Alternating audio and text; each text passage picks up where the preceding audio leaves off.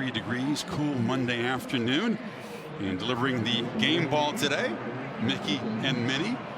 Reminding everyone that Disneyland is the place to celebrate 100th anniversary of the Walt Disney Company beginning on January 27th. So Walt Disney Company, the Rose Bowl, the Coliseum, the Hollywood sign all came to be about the same time, 1922-23. Of course, this used to be played at Tournament Park. Then the game got too big, so they broke ground here in 1922 on the Rose Bowl. And 100 years ago, Penn State took a 6-day train ride from Happy Valley to play USC. Only got in because Cal turned the invitation down. Penn State had turned the invitation down the previous year. It was a different era for the Rose Bowl game, but the tradition began. It was a wild game. Penn State's team got stuck in traffic. They were an hour late. Gloomy Gus Henderson looked across at his counterpart, Hugo Besdick, and accused him of cheating, and then they almost got in a fight, and they sorted things out, and ended up 14-3 USC. We hope for a more orderly build-up, but a more entertaining game than that original one. No doubt. Years ago. No doubt. Utah has traveled well.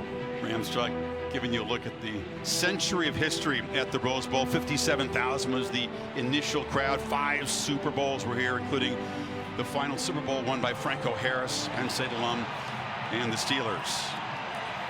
Become the Utes. They opened up as favorites, but Penn State will go off at kickoff as a very slight favorite in this Rose Bowl game. This is when it really starts to hit these players. They start to look out at this setting. Familiar for these guys, but they have come back against all odds. They had about a 1% chance of getting here late in the season. A bunch of stuff had to happen, but here they are.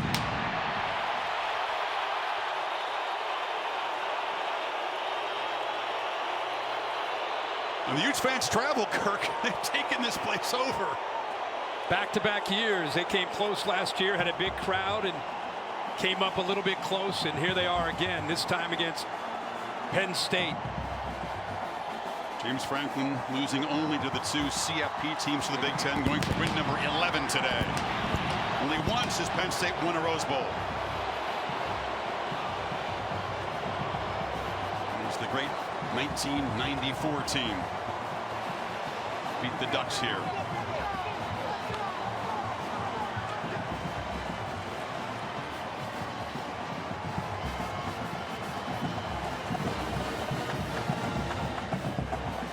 Both teams practicing in some rainy weather.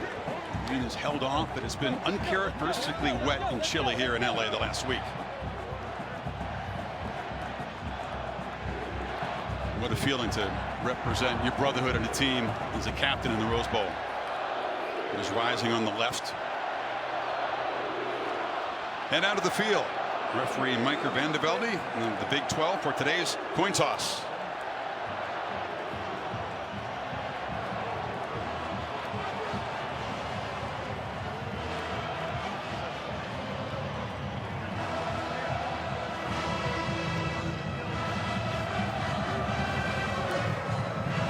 Captains, congratulations on a successful season and for being selected to play in the 109th Rose Bowl game. My name is Michael Vandervelde. I'll be the referee for the game today. Alongside my umpire here is Mr. Robert Richardson.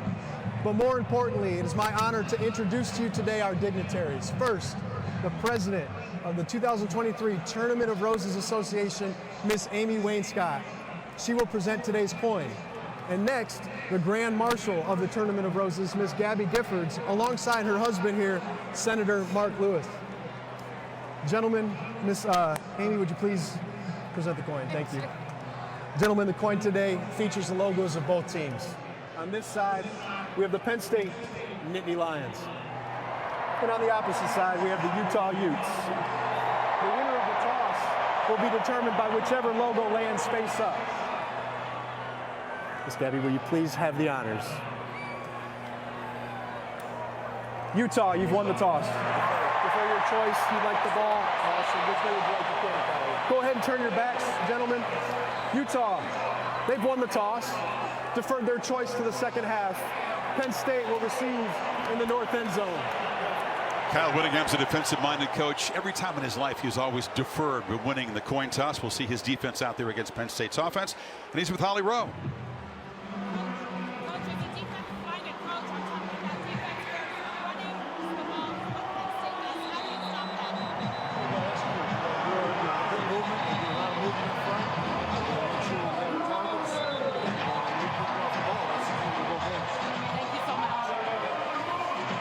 There's some noise down there in the field. It was hard to hear, Holly. There is Cam Rising, tough guy.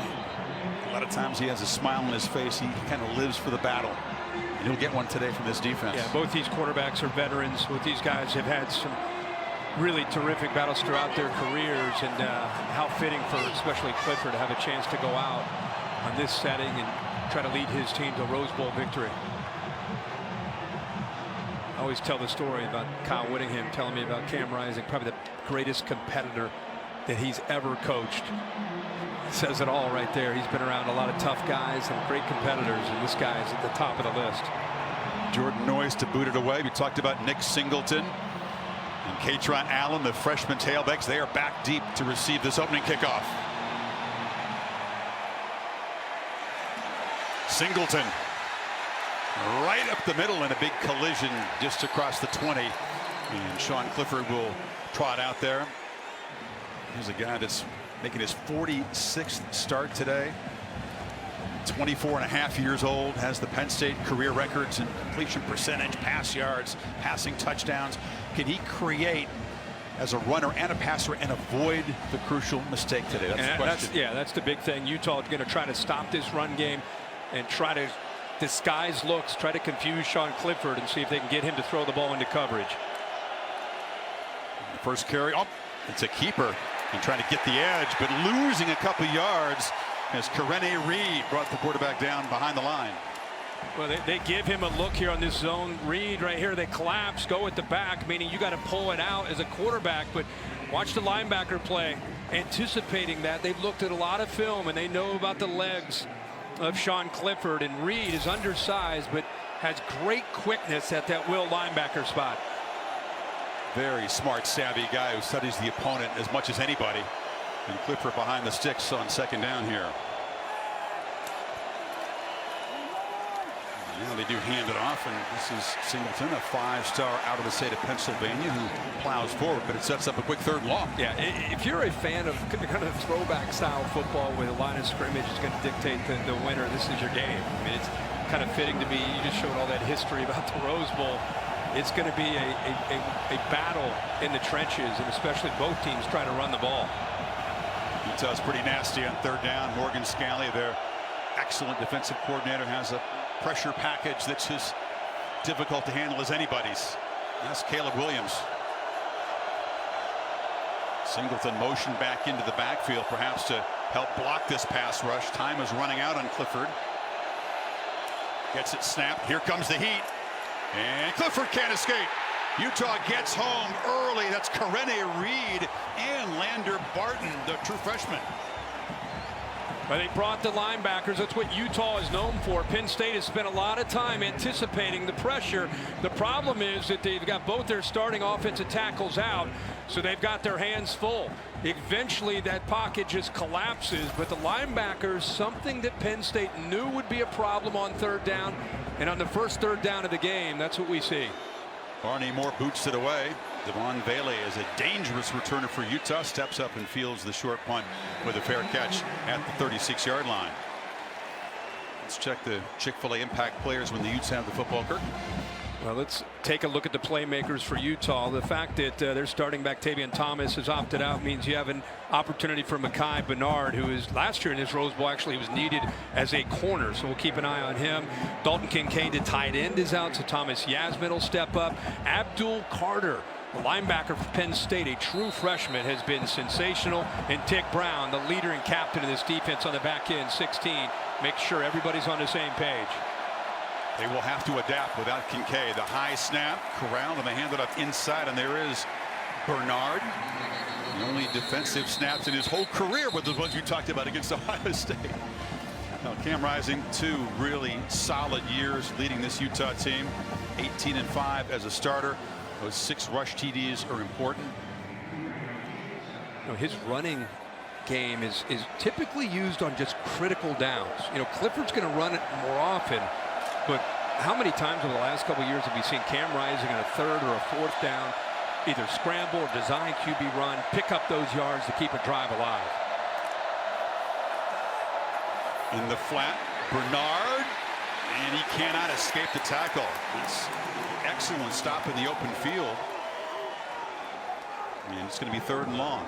Yeah, you know, I'll tell you that the hire of Manny Diaz, the former Miami Hurricanes head coach, is brought in here to replace Brent Pry, who moved over to Virginia Tech as the new head coach. And Manny Diaz, I think about the middle of the year after the Michigan game, which was not good, from about the Ohio State game on, this team started to understand his philosophy and his aggressive nature. Lisa Isaac making that play, and now rising, backpedals and tries down the sideline, and it's overthrown. Cam Miller with stride for stride with Vele, and Penn State's defense gets off the field very quickly. Yeah, Joey Porter opted out of this football game, one of the top corners in the country, and so you have Kalen King on one side, and you know Utah is going to test Johnny Dixon on the other. He's played a lot of football, but I think he's become more and more confident. And Penn State thinks they can hold up there, and showed it on that 3rd down. So both teams kind of seem like just feeling each other out in those first couple series. Joey Porter Jr., a 2nd-team All-American. Clark Phillips, the elite cover corner and leader of Utah's secondary, out of this game. And on the run, Yazzie Ballmeister boots it away, and it's fielded by Mitchell Tinsley down inside the 10-yard line. He slips. Excellent coverage by the Utes, and Penn State will be backed up. So as expected, the defense doing a nice job early.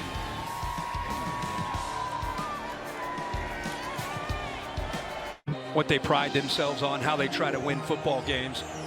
A lot of it has to do with defense, line of scrimmage, running the football, playing smart with the quarterback. Yeah, physical up front. Who can win that battle today is a big question. Lions got to run it out of here. Look out, Singleton's creased the defense and bolts out across the 25. That's what he's been doing to opponents in the Big Ten this season. A really unusual formation in that backfield with both the tight ends back there. They get a good block by Brenton Strange. The right tackle also makes a nice block. Got 17 and he's back at it. Mike Yurcich uses a lot of very different formations in this offense. Yeah, and backed up there, he put both of those big tight ends. I know he's going to rely heavily on them in this game. But right now, you think about those tackles, both the starting tackles. Fashanu is out of this game, and also Caden Wallace, the right tackle. And putting a true freshman who's played a lot, Drew Shelton, and then Bryce Effner. So you've got backup tackles who have played, but you don't have your main guys on the edge. Utah thinks perhaps they can gain an advantage pass rushing against those tackles. Singleton makes a cut, weaves through traffic, falls forward, and sets up a 3rd down and short. With tough running. And the fact they have 2 backs to be able to rotate in there will be important, I think, throughout this game to try to stay fresh. It's Katron Allen there, 13, and seeing what Singleton can do. Empty backfield. Singleton split wide to the left on 3rd and 5. Now motions back in. Clifford pointing out who has got a block in the blitz. Thanks for showing pressure. They back out. Clifford has time. Throws across the middle. It's complete, but short of the 1st down. See where they spot him. I think it's just going to be short of the 36. Tinsley hit immediately. An early 4th down decision for James Franklin in his territory. Sure is. You know, a good job there. We just keep talking about these tackles, especially on 3rd down. That time he saw help in protection with Singleton coming over to the right side to help out on with Bryce Effner. James, sensing this is going to be a defensive field position kind of game, sends out the punter. Not in a gambling mood in 4th and a half yard. So Vele waits back at his 20. Moore with a low boot driven near the sidelines, and it'll sail out of bounds. Offenses trying to get going here in Pasadena. Scoreless so far. Oh, absolutely. Big fellas on both sides tend to enjoy the Lowry Beef Bowl. Utah's offensive line is called the O block. They studied Michigan's game plan, Kirk. Wolverines ran for 418 against Penn State. Different kind of running schemes, but they're hoping they can have big-time success on the ground today. Yeah, I also think with Manny Diaz's experience now with this team, I think they're a different, completely different defense from the team that gave up 418 on the ground in Dan Arbor. Bounce back well. There's a long throw into completion, and escaping is Money Parks, one of the guys who is expected to step up. He's been improving a lot. Good month of practice. Absolutely, and he's going to have to be able to step up and make some plays in this offense today. And with a soft cushion like that, good recognition there by Cam Rising, and just puts it out in front with a soft coverage by Kalen King. Some easy yards, and he loves to move and throw the football on the edges. Both offenses searching for explosive plays. Parks is a guy who can do that after the catch. And they hand it on the end around. Jalen Dixon, they run a lot of jet sweeps and ends around. He scored 4 touchdowns as a runner this year. Well, they do, again, because teams want to load up at the line of scrimmage to stop the run, so you have to throw in different looks to be able to keep a defense, have to respect the edges and the perimeter, not to mention the downfield shots you take. So that's all part of what Andy Ludwig likes to do as a play caller. And today, Manny Diaz, he has confidence, even without Porter, that they're going to be able to man up a lot in this game and try to load up that line of scrimmage to stop that running game. There's a run right up the gut, and Bernard sidesteps a tackle and barrels out near midfield, and the Utes on the move.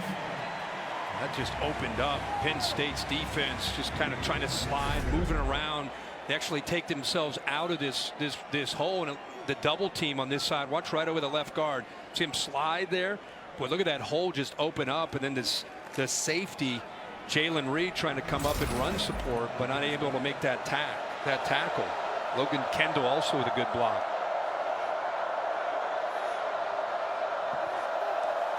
And there's another end around coming this way. It's Parks, who shows his speed and picks up 10, and they're in Penn State territory. Well, Chris, it's just what you just talked about. They run up the middle, then watch on the edge. Just not quick enough to be able to set the edge, and that's how you attack the edges. That's how you open up your inside running game, is you get things going on the outside with jet sweeps, and then you can fake that jet sweep and go back to the interior, really impacting the eye discipline of Penn State. And trust me, they'll give you those looks, and then they'll take a shot downfield to a tight end to try to hit a big one. Shot of the big Aussie Thomas Yasmin, who blocks like a beast, and he's going to be the guy to hopefully step in and fill the void a little bit of Dalton Kincaid, the guy who is out of this game. He had 70 catches this year. Well, Yasmin steps up to Kincaid's role because Kincaid being out, and then Logan Kendall becomes that blocker. You know, they really have great confidence in to be able to get involved, almost like another offensive lineman, even though they have him right now. Look at the big fella. That's your backup tight end, and you know he's coming in. He's not going to stay out there. Quinton Jackson has become an excellent running back as a converted quarterback, but he ran roughshod over the USC defense. Had a big game in the Pac-12 championship game. Utes with a false start. False start. Number 71.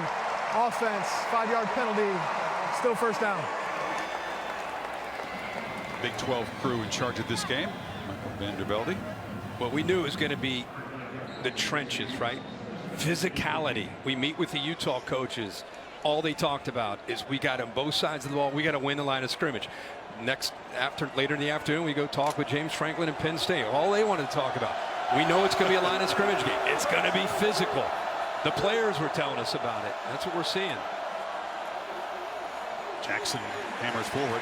Both the teams have a bunch of guys who have an appetite for that kind of game. By the way, they're looking forward to it. Holly? And guys, you've been hitting on this, but there are some key players who are out in this game. And for Utah, Dalton Kincaid has been a huge piece of what they've done this season. 70 receptions. Clark Phillips, the captain of their defense, he is such a big-time guy. 6 interceptions. The entire team together only has 6 interceptions. So they're going to have to fill some big shoes.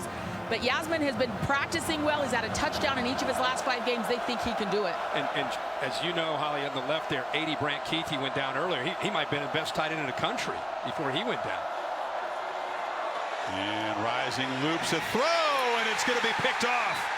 That is Kalen King, the elite corner, who had it float down to his hands and tried to win a 50-50 ball with Vele, and Rising pays for that decision. Slot fade. You better be careful going against 4. I brought it up earlier. Elite ball skills.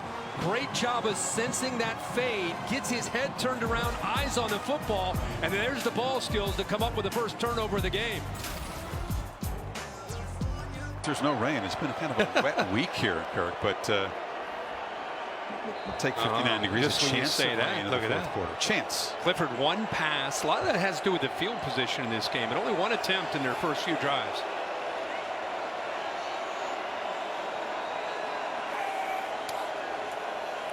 It's Katron Allen after Singleton was featured early, but he's swarmed right at the line of scrimmage. Big old Simote Peppa. Connor O'Toole in there too. Boy, Connor O'Toole's become a great story, huh? This guy, I mean, they needed edge pressure to grow up and mature, especially Fillinger, who went out early this year with an injury. Gabe Reed and Connor O'Toole, an athletic, confident guy. He was a wide receiver. Was a receiver, yeah. How about that switch to DN? It put on 45 pounds in the process, but man, he's starting to make plays this year for this defense. Strains the tight end in the backfield. They flip it back, and there's Allen, who gives a stiff arm and makes a nice gain, sets up a third and makeable. This time they roll right just to try to impact the eyes of these linebackers, get them out of position. Even if they just get out of position, see just a couple steps, you see the quickly that they're able to respond and try to get back, and they kept him just short of that first down. Got a very aggressive Utah defense going right now. Lions hoping for their first third down conversion today. 0 for 2.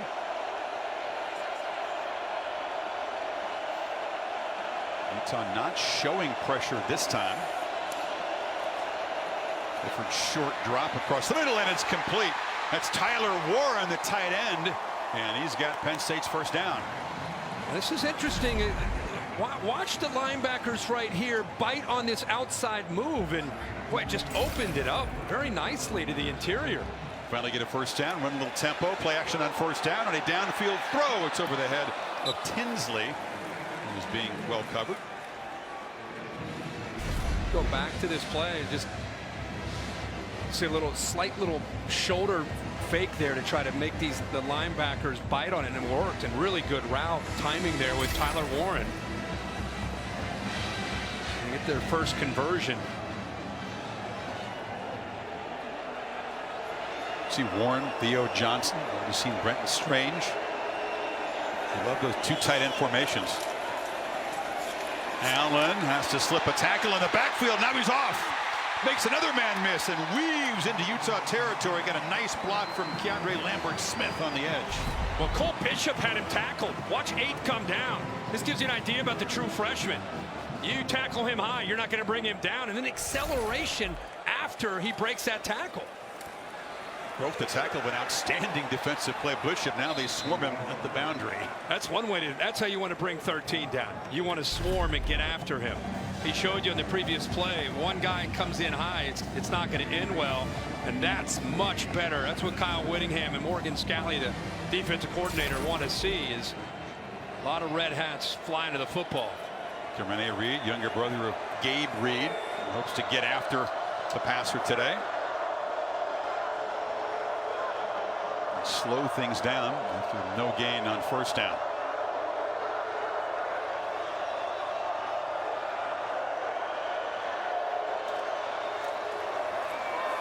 The play fake. Clifford has to scramble, dumps it off short, and it's a short gain for Allen. Travis Broughton brought him down. More penetration, this time in the interior. Peppa, that time the big fella, 77, was able to force him out of the pocket. You know, he was 360 pounds. He's down to 330 now.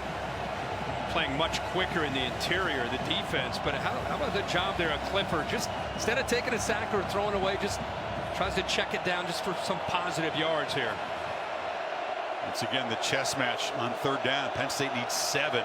Very tough against this Utes defense.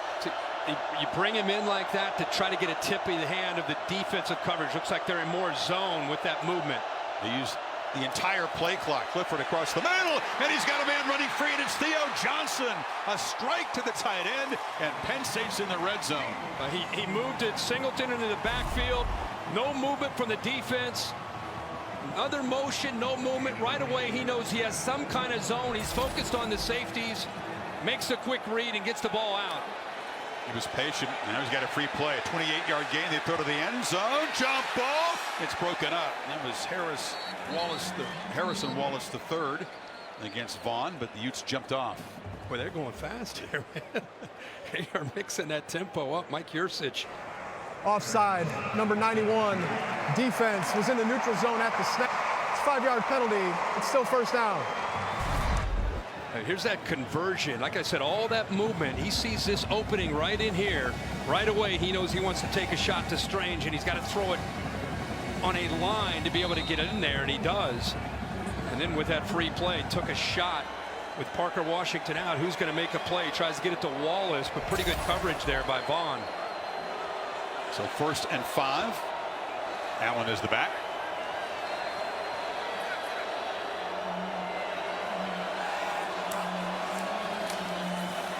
He's got it. And once again, heavy traffic in the backfield. That's Lander Barton. Was what they call the stud position on this defense. So you want to read the in-man, right? You want to read this right here, but watch the problem. You read the in-man, he gives you the pole read, but then you got a linebacker coming to the outside to take the quarterback. So good coverage there by Penn State. They knew zone read would be a problem, especially in the red zone. They gave him a read, and they counted for him as well. Casey pulled that. 10th play of the drive. Clifford has protection, throws to the end zone, contested and broken up. Here comes a flag. Vaughn was covering Lambert Smith, and he'll be flagged for the PI. He never got his head turned around to find the football. Also flags back at the line of scrimmage. Total of 3 on the field.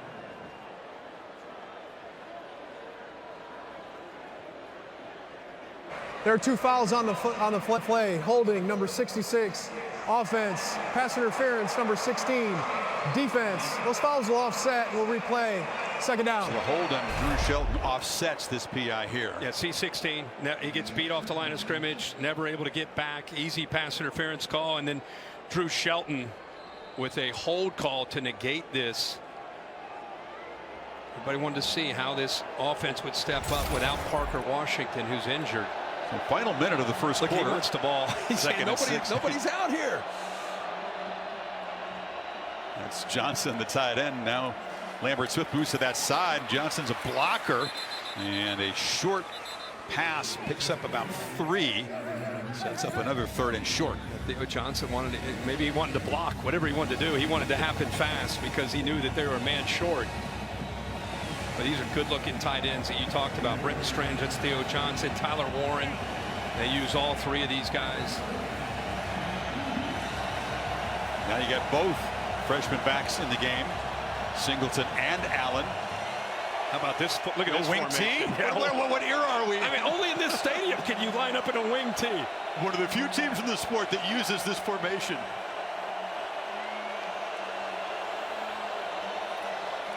Singleton barrels into the end zone, and Penn State draws first blood.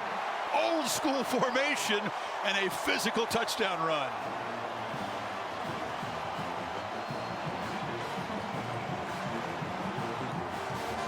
That's kind of fun. Oh, that is great. That is great. Look at this play right here. Look at the offensive line. Watch the big tight end there, Strange. See the back, Allen leading the way. Just overload that right side and come up with that first touchdown. It's a march. After the interception, they take it 82 yards in 11 plays. Jake Pinniger knocks it through, and with 7 seconds to go in the first quarter, 7-0 Penn State. Good run pass mix on the drive, couple of conversions. They found the tight end, and King got it started with the acrobatic pick. And Singleton, part of that freshman tandem, has a Rose Bowl touchdown at Penn State. Cool T formation right here with essentially 3 backs. But what I want you to watch is the double team by the right side. So watch that double team open it up.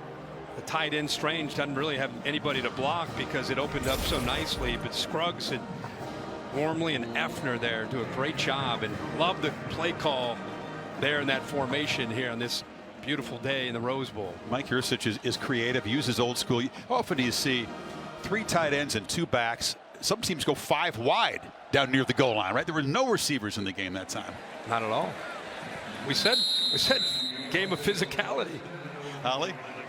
Well, guys, listening in on the sideline here, that was a really interesting play call. Sean Clifford said he looked at the sideline, wasn't sure if they were going to really run out of that formation, but nobody changed the call, and so he said, all right, let's do it. They were kind of laughing on the sideline that it worked, but Mike Yurcich came over and said, hey, they had a 4-missile look. It looks like they're gaining information as this game goes on about how Utah is going to play some of those coverages. Really a lot of communication with Yurcich and his offensive line right now, getting information to make these calls. Good stuff, Holly. I mean, Clifford's seen everything. So when he shakes his head, are we really going to run this play? You know, it doesn't happen all the time. They do use that formation, but down near the goal line, it worked beautifully. So that Penn State touchdown, the only scoring in this first quarter, end of one in Pasadena. You're watching the Rose Bowl game presented by Prudential on ESPN.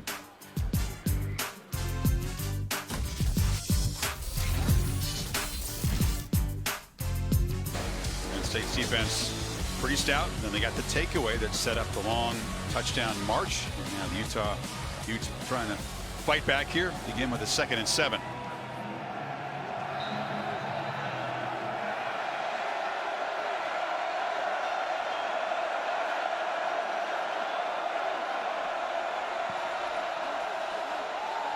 And rising straight back on the play fake and delivers incomplete. That was very tight coverage over there.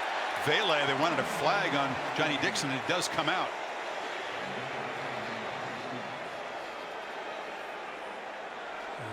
They get interference here. Had a hand on him. I'd love to hear Bill's Pass interference, thought on number this. 3, defense. Ball will be placed at the spot of the foul, automatic first down. I've got him early. Early it looked like. What Yeah, about at the top of the? He's got his hand on him here, Bill. Let's see what you think. That's fine there. But I did grab the jersey at the top of the route. And then he's through his back. Okay. Yeah. Good call. Rising agrees. He didn't see the flag at first. He came in late. It's there. It's there. High snap. And Rising fires easy access to Vele again. They need a big game from him today. Yeah, Manny Diaz mixing up his looks. He's been doing some press bails and some off coverage. Every time he seems to be playing softer coverage right away, Rising has been trained in this prep for this game to take those easy shots, just take almost like an extension of their running game. Just get the ball out quickly and take the easy yards, set up 2nd and short. You'll see Manny adjust to that, try to tighten things up. Lions bring some pressure. Ball out quickly again. Jalen Dixon ushered out very quickly there. Jonathan Sutherland, the captain, 6th-year player. Yeah, they move in Sutherland. You know, with Curtis Jacobs, his 23, does a good job of moving around, frees up Sutherland to rotate in. Sutherland, Jacobs, Abdul Carter, Kobe King, all 4 of those guys will rotate. Kobe King out there right now, along with Curtis Jacobs in the inside, is why you see Jonathan Sutherland now on the outside. Kind of an outside linebacker nickel where he can play out in space. Former safety. He's played a couple thousand career snaps. Been around since he's been around forever. And off inside, and they're plowing forward on 3rd and 2, but Adisa Isaac and Akeem Beeman able to stop Jackson. He's going to be just short of the marker. Man, he kept moving his legs, man. He really is a powerful former quarterback. Transfers from Texas, 230 pounds. I thought he might have come up with a first down, but Penn State does a good job of keeping him short. Isaac actually got in there to 20 off the edge to keep him short. Utah with a 6th offensive lineman. Whittingham's going to go for it here at midfield. You're looking at the length of a football here. Jackson next to Rising, but it's Cam all the way. Hesitates, finds a hole, and dives into Penn State territory for the first down. Like we said earlier, he's not going to run a lot, but you can assure yourself on critical downs in situations, he's going to run the football, gives him an extra man. He becomes almost like a running back, just gets right behind Jackson and that big offensive line. Even when you know it's coming, you still can't stop it. We got some pushing and shoving right now between these 2 teams. There's Johnny Dixon, the Penn State corner, in the middle of it. The athletic training staff also looking at him. He's standing up but surrounded by the staff. Yeah, PJ Mustafer was out there having a few words for one of the Utah players. I think it was 78. Lamaya, the right tackle. Dixon would be a concern. Mentioned Joey Porter Jr. opting out of the game, getting ready for the draft. So Dixon jumping in to help out Kalen King, who's excellent on the other side, but they're a little thin at the corner position today. Marquise Wilson Jr. He's experienced, but not as good as Dixon is out in the game now. And the Utes with a fresh set of downs.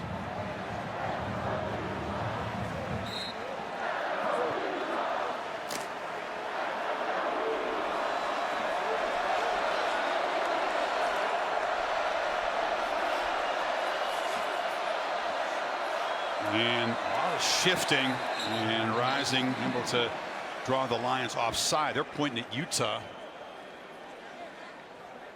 The guy to keep an eye on, I keep watching him, is 78, the right tackle. Lamaya is really chirping out there, the right tackle, and you can see it right there. It's still going on. I mean, these two teams didn't take long. They just met first meeting. No, there's a lot of Offside, chirping going number on. 97, defense. Jumped into the neutral zone, causing the offensive player to react. That's a 5-yard penalty. It's a Still first physical down. line of scrimmage game. These guys all know that. They've been waiting a month for this, and I'm surprised that it's a little salty. Right here after Mustford says something, you see 78 coming in, pointing, kind of getting close to the previous play, then it continued on the last play. Watch 78 on the edge again, letting 46 now know. To be continued. Oh, yeah. That hand up, Jackson hit hard. No one's going anywhere. Mustapher's a guy who just grew up, watching the Rose Bowl. You could almost, he was emotional almost, and he's emotional at the moment. But I'm just going to tell you right now, Bill, I'd love to hear your thought. Whenever I see this early in the game, the refs better get control of it, or the players are going to end up dealing. They're going to take care of it themselves. And the refs are getting in there. They're talking to him and that, but you reach a point where you got to throw the. You got to. It's going to cost you 15. You like to see it, the aggression, you love it, but if the refs don't get control of it, that's 3 plays in a row where you've seen some of that. End of the play, Solomon Enos, a Utah receiver, ended up in the Penn State bench, and there was some jawing back and forth. So it's building quickly here. Perhaps talking about that at the moment. The clock is correct. It is second down. This is what I'm talking about at the end of the play. Did he get confused where he's supposed to be going? He lost his mouthpiece. And was that picked up and thrown? I don't know what's going on over there. By the way, Carnacina's son, by the way. It's kind of crazy. Jackson bounces off contact and falls forward. Jair Brown brings him down, but it's a first down. Holly? Well, you guys said it. It's getting chippy down here, but that seems unnecessary. He lost his mouthpiece on his last route. He went back over to retrieve it, and one of the Penn State guys picked it up and just tossed it over into the stands. So he's not going to have that mouthpiece. Hopefully it wasn't custom. Pretty good range if he reached the stands with it, but it's an unwanted souvenir for somebody. It had to be a towel. His mouthpiece is hanging off of his chin, or his face mask. Guy Bernard back in the game. He's putting together a good-looking drive, trying to answer. Rising, steps up, escapes, and slides down, but not before picking up about 6. They'll spot him at the beginning of the slide. Again, Manny Diaz going to bring pressure. Linebacker clears out. So again, if you have linebackers that clear out, he had the underneath crosser was open, but instead, I think anytime he sees linebackers clear out, he's going to just try to get positive yards. Not a quarterback that's going to go 50 on you, but he is a quarterback that's going to take yards when they're there. It's an important stat in football, the pressure to sack ratio. How often do you get him to the ground even when you pressure him? And it's not very often against Rising. Bernard breaks free. Micah Bernard. And Mackay down to the 12-yard line. So Utah continues to get the running game cranked up. Watch the blocking, combination blocking in the interior. Good job there. They get up to the backer who is coming downhill. Just splits open. There's that acceleration that we know that Bernard has. 15-yard gain.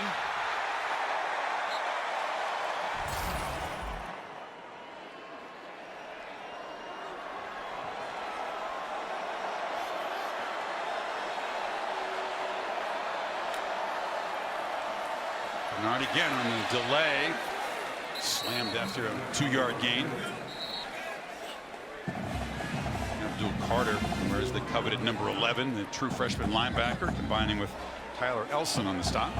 That right side of Utah's offensive line, physical on this drive. Mokavisi, the right guard. Lamar Arrington began that number 11 tradition. Yeah, Lamar, the right tackle. That last play, just really good angles. Really, the last few plays, good angles to take down Mustapher. Utes turn to have 3 tight ends in the game, rising, running all the way, and he's brought down near the marker. Johnny Dixon, who is back in the game, made the tackle. How about a pin and pull for the quarterback? Seal the edge, Ruling on the field, lead on the around with a big tight end, an down. offensive tackle. In Penn State, having to account for the quarterback run, gets those safeties down, will open up other aspects of the playbook on other drives for Andy Ludwig. Just every time he keeps the ball, it makes this defense, Tig Brown and Keaton Ellis and others, aware of it. It's Vele, the receiver, deep in that formation, and they power it right ahead and create a 1st and goal. How about this drive they put together? This is hard to do against this Penn State. There it is again. There's more of this stuff going on. Mustapher right in the middle of it, in the bottom of that pile. It's the 13th play of this drive coming up.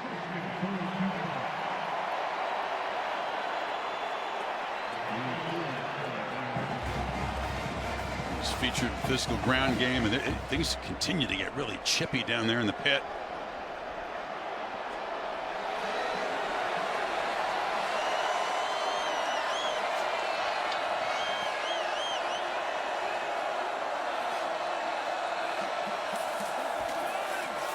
Take out of the I formation, flip to the end zone, and it is caught for a touchdown.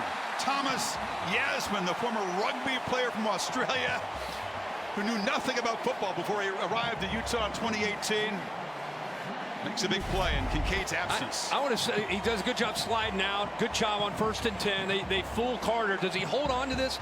Is he bobbling this at all? It's tough to see from that look. It's a good look right here. It's a heck of a job of slipping him out. Has possession. Doesn't look like that ball bobbles. Bill, what do you think? Yeah, I've got him. He's had firm control of the ball. He's hit the ground. He's rolled over, and then it comes out. It's a catch. It's a touchdown. James Penn Franklin State has called their first charge timeout. Perhaps to take another For the look first at half. that. Timeout on the field. No other reason to take a timeout before a PAT. Another look. Slip him behind again. The tight ends. You don't have Kincaid, so Yasmin's been asked to step up. Like Bill said, he secures that ball, falls, completes the process of the catch for the touchdown. Touchdown. Let's make sure. We'll take a break. Agreeing with Bill and the rest of us. So a big smile from Thomas Yasmin. 6th career touchdown for the guy who ran roughshod as a young rugby player. Can you imagine trying to deal with him on the rugby pitch? 6'5", like 250. You broke that film down too, did you? Among all the other I hope we could show it. He looks like Derrick Henry playing rugby. He's throwing around much smaller guys.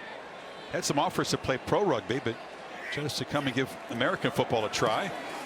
Noyes, who's doing all the kicking since Jaden Redding, the other Utes kicker, has moved on with his life. Utah, 13 play drive, 7 apiece. Strong hands too. It's one hand. Hold on to that.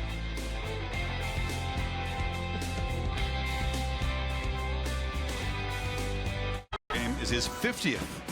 Began as an assistant for the former game manager, moved up the ladder, and has been game production for the last 20 years. That's the Leishman Trophy, awarded to the winning team at the end of this 109th Rose Bowl game. I think he's going to have that post till they declare a victor here. Is guarding the trophy one of Ted's responsibilities?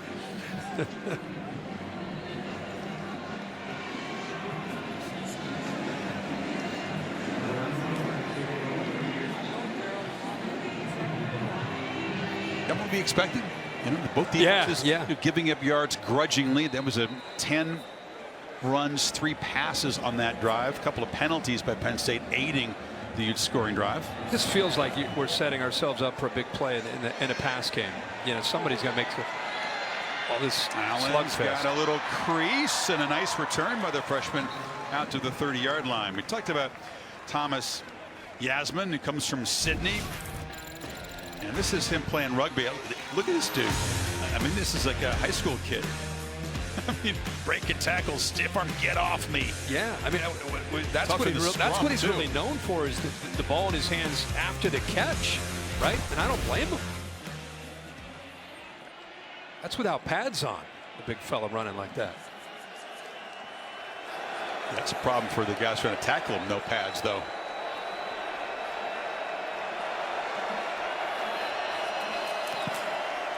Clifford rolls, scans, and will fire it away. Nobody open there, and he was being pursued by Bucky. Ali?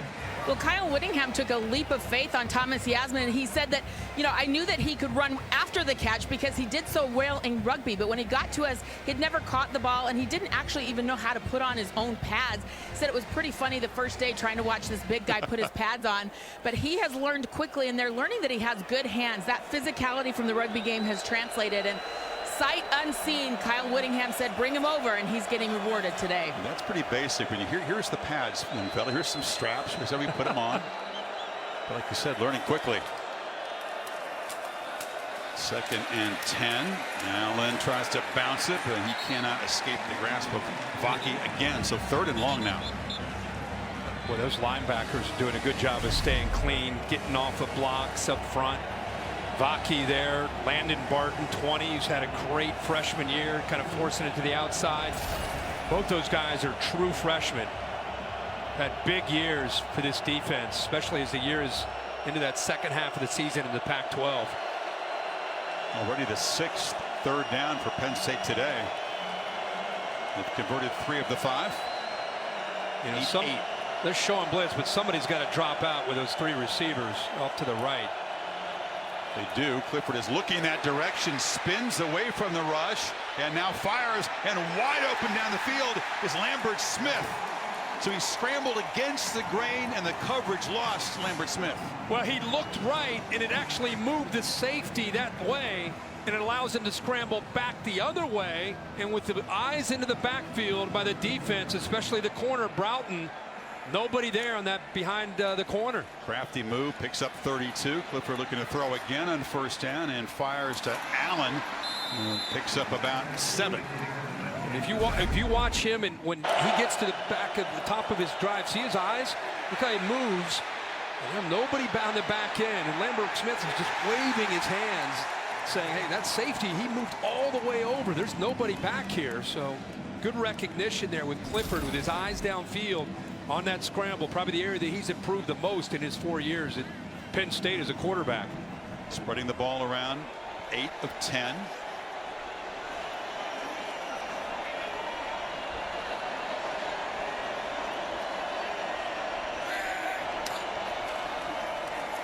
Take it to Allen across the middle. He throws a bullet, and that's Harrison Wallace III, who shows good hands. That was a fastball. Penn State set up inside the 10. We're going to go quick here. Watch the linebackers. A run pass option. What's that linebacker doing? He moves just enough. You're going to have to try to make a throw, which he does. Good read and a good quick throw there by Clifford, reading that linebacker. So after a couple of long, methodical touchdown drives, Penn State moving quickly, trying to reclaim the lead. 1st and goal from the 10, not easy against this offense. They come out throwing, and they make it look easy. Mitchell Tinsley on the slant. That's a strong drive from the veteran Penn State quarterback.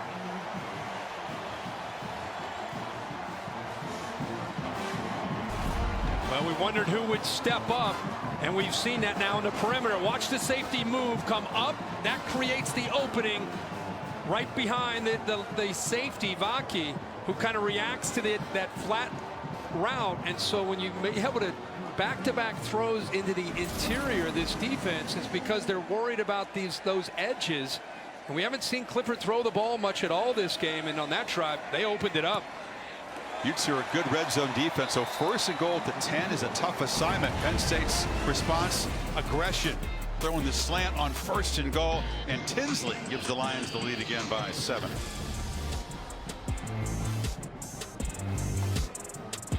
In the corner, the corner, Vaughn, just trying to get on the same page, making sure that in case there's anything coming his way. And then you see the eyes in the backfield. The slight hesitation by Vaughn, and when he moves up to Wallace, look at that throwing lane. That Clifford makes an easy throw there for the touchdown to Tinsley. Stood in, took the hit just after the throw. It's the 100th touchdown that he's responsible for in his career. 85th touchdown pass, 4 completions on that impressive 70-yard drive. Monday night, a week from now, the TCU Horned Frogs will try to dethrone the Georgia Bulldogs just about 20 miles away from here in SoFi Stadium.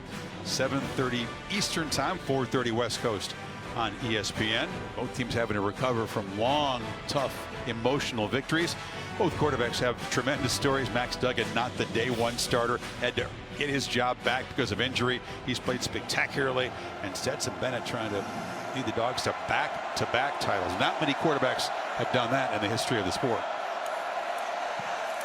So the Utes go back to work, and Mekhi Bernard tries the left side, but not much success. Abdul Carter there to meet him. So far, they've not had to throw the football. He's only thrown for 20 yards, but they've been able to run this time. Penn State sets the edge, and then they get off blocks. Abdul Carter, who is a huge true freshman out of Philly at LaSalle High School, 6'3", 233, making that number 11. And all those who wore it, including Micah Parsons and LeVar Arrington, very proud of the way he's played this year as a true freshman. Very athletic, plays with an edge, mature beyond his years. Rising, throws a slant there, and it's broken up. Johnny Dixon in coverage, and it's 3rd and 10.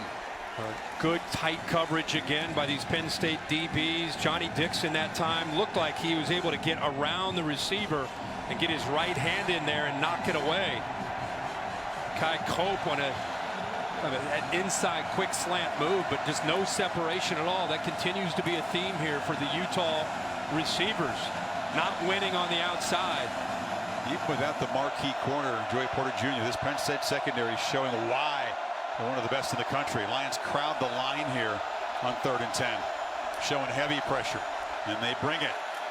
And Rising off the back foot just launches downfield, and coming back to make the catch is Vele. Had the feeling of a prayer, but the DB not as aware as the receiver. Marquise Wilson was beaten. Yeah, we talk about the pressure. He gets hit as he throws it, but we've just bragged on the corners, and then Wilson just loses the ball. So often we see an underthrown ball with a corner that doesn't locate it. It's either interference or it's a big gain. And this time it's a big gain with Marquise Wilson just not locating the ball. He just came out there. It's been King and it's been Dixon. But that time on 3rd and long, they went to their nickel package, and they found the right matchup. 47-yard gain to Vele, who was mainly a hoops player in high school, almost no height for football, but he's become an excellent receiver. Good chemistry, obviously, with Rising. Holly? Well, Kirk, you're all over it. There was a change right there at corner. Kalen King has come off and gone to the locker room. I looked at him run up the tunnel. It didn't seem like anything was obviously apparent. I'm not sure if he's just running to the restroom or not, but he was off on that long pass play. That's what you picked up there. Good move, Kirk. Yeah, I'll tell you, that the coverage has been outstanding. King is by far their top cover guy with Joey Porter not here. They felt good about what they had in the matchup with Dixon on one side and King on the other, but for now to the left is Wilson. Pitch on the edge, and Bernard spinning down near the marker just short of it. Option into the boundary look. So a couple different challenges here for the backup corner. Number one, they take a shot downfield. He doesn't find the football. Now they're going to try to challenge him and run right into the boundary. Pitch the ball off of Isaac, get a good block, force him to have to tackle out there. So one play, he's downfield, right? Just checks into the game. One play is downfield. Next play, he's trying to come up and support against the option play. Money Parks in the backfield now motions out. Look at the confusion with 8. I mean, they had a lot of movement there. And Jackson spins free and barrels into the end zone, and Utah answers. As the converted quarterback shows that he is a high-quality running back. 19 yards on the score. Andy Ludwig says as if this isn't enough for this look at 8 in the back end. All the movement. Am I going to the left? I'm coming back. All the confusion. With all that being said, the linebacker gets free. He's in there with a chance to make a play, but the quickness on one play by Jackson and the physicality to run through those arm tackles. What a play there by the backup running back. So Bailey's catch of 47 sets up the touchdown, and the Utes muscle it in on the ground, and the offense is beginning to flex a little bit. 2:38 to play before halftime, and it's 14 apiece. He's a football player. Sure is.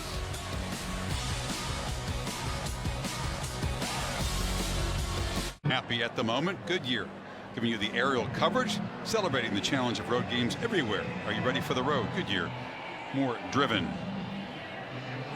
Reese and the gang get ready for the Mercedes-Benz halftime report down here in the corner of the field. Des and David, you going to run down there and do a halftime? Do a quick halftime. Yeah, can you get back up here for the third quarter? Both the Utah and Penn State marching bands will also perform. Why not? There's nothing you're not capable of, Kirk. What the heck? Singleton knocked down just across the 20. So drive recap brought to you by Prudential. Each offense has scored each of the last 2 times they've had it. Yeah, and the last time Penn State had the ball, they put it in the hands of 14, and he was 4 or 5 for 68 yards. Good job of improvising there, buying that time. And then a couple quick slants, one to Harrison Wallace, and then the touchdown to Mike Mitchell-Tinsley. Just like that, blink of an eye, gives this passing game and a Penn State offense some confidence. So you look at 2:34 to go in the half. You know, with a veteran quarterback coming off a great drive, they're thinking about moving the ball down the field here. Meanwhile, when the Utes get the running game going, Rising starting to be very effective off play action. So a lot for both defenses to think about at the moment. Pop pass to Tinsley, who gives a stiff arm and is wrestled down on the sidelines after about a 4-yard gain. Vaki's been active for that Utes defense. Yeah, Vaki is everywhere. Talking to Morgan Scalley this week, he just talked about, you know, this is a defense that lost so much leadership, and they needed some guys to mature pretty quickly, especially young players, and Vaki is one of those. Second and long. Clifford is going to try to escape. He'll be dragged down right near the line of scrimmage. And this big junior Tafuna. So Tafuna gets the sack, but the coverage downfield leads to the sack. Get a little pressure off the edge, forces him to step up, and then a good push in the pocket. And they're able to bring down the mobile Clifford to set up this 3rd down and long. Penn State, I'm sorry, Chris, Penn State now you would think take their time here after a couple plays not going their way. You can see the crowd jumping around, sensing that the Utes have a chance to seize momentum here if they can get off the field. Perhaps go to work before halftime, and they'll get the football to begin the 3rd quarter. So this is a moment here. Watch the tackles here in protection. Play clock at 1 when Clifford snaps it. It's a 4-man rush. He has time and fires to Tinsley over the middle, who's got a 1st down and is still running out near the 40. That was a key conversion. Great job by that offensive line. You know, you got backup offensive tackles. They give him the time, and I love the poise here, the patience by 14 to make that throw. Out quickly, it's dropped by Singleton in the flat. 17-yard gain and 3rd and long. Clifford, very accurate start. He's been avoiding the kind of decisions that Penn State fans kind of shake their heads about sometimes. Especially on 3rd down, right? Big downs, and this is a good throw. And like I said, he's very happy to be able to sit there and set his feet on that 3rd down with that offensive line. Utah did not bring pressure. They thought they could get home without having to blitz. Usually you see them blitz on 3rd down. That's a pre-snap chess maneuvering for both offenses. 4-man rush again. Clifford is going to be sacked. They did get home that time. Karene Reed got around and beat the guard Wormley. Yep, this is what you worry about with this offensive line, is movement like this coming around, and that's what they do. Come all the way around, and Wormley not quick enough laterally, and no communication there with the right tackle after to switch off onto that. So Utah has called their first charge timeout in the 2nd half. There's some limping. This will be a 30-second timeout. After that play, he's kind of hunched over. It's going to be 3rd down again, 3rd and 16. Minute 6 to go. So very nearly had the first scoreless 1st quarter at the Rose Bowl in more than 20 years. But the offenses have got going now. Nice blend of running and passing really from both sides. Yeah, this is going to be one of those typical Rose Bowls. It's going to go into the second half. It's going to be a play here or a play there. In fact, James Franklin, we sat down with him yesterday. He said these are two evenly matched teams. You just know it's going to be 4 or 5 plays that are going to determine the outcome of the game. And you just don't know when those plays are going to come. But it sure seems to be playing out that way here in the first half. This was a promising Penn State drive before the Utes pass rush got to them. Utah with a couple of timeouts if they can get the football back right here. But they didn't blitz on that last third down.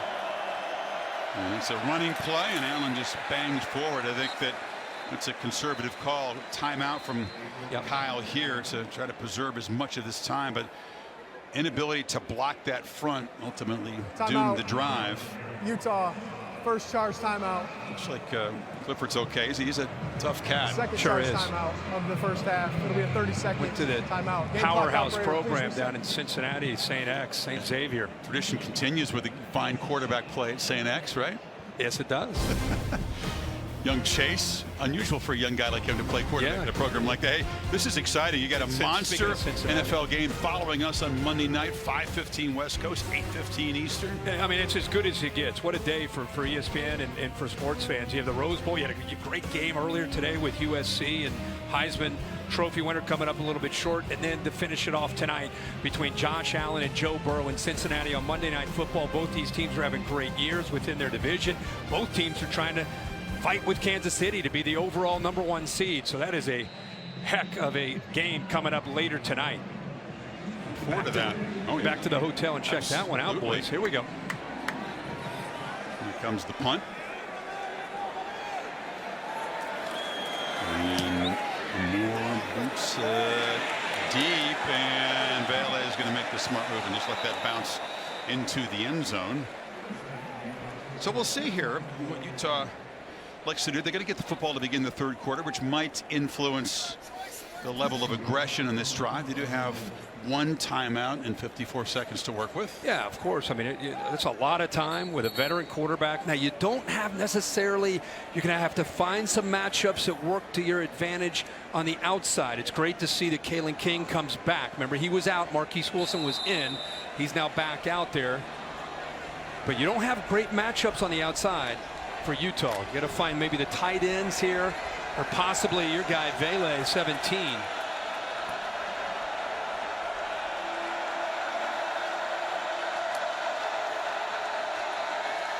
Rising avoids the pressure, takes off, eludes a tackler, and it's a good start with the drive. He's out to the 35.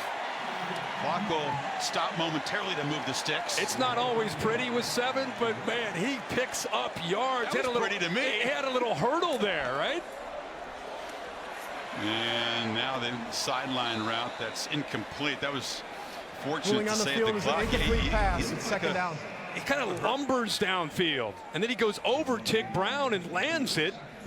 I mean, he doesn't run like a quarterback. He almost runs more like a tight end or a fullback in the open field. You make Jair Brown, who's an excellent safety, whiff when a tackle, though. You've shown some athletic ability. He has athletic ability. It's effective, but I think the word is lumber. But it works. He's like your choice of adjective. Lumber? Yeah. Okay. In a good way. Okay. Well, there he is off the back foot, and it's in and out of the hands of Yasmin. We were tucking him up, but it's a costly drop. That was out near midfield. No, we talk about trying to get separation. How about a matchup? 6'5", 250 against the corner King, who just came back into the lineup, and there's that separation. That is a mismatch. Didn't need to jump. No. He was wide open. Ball's perfectly thrown. See if that's costly. It would have been in Penn State territory. 3rd and 10.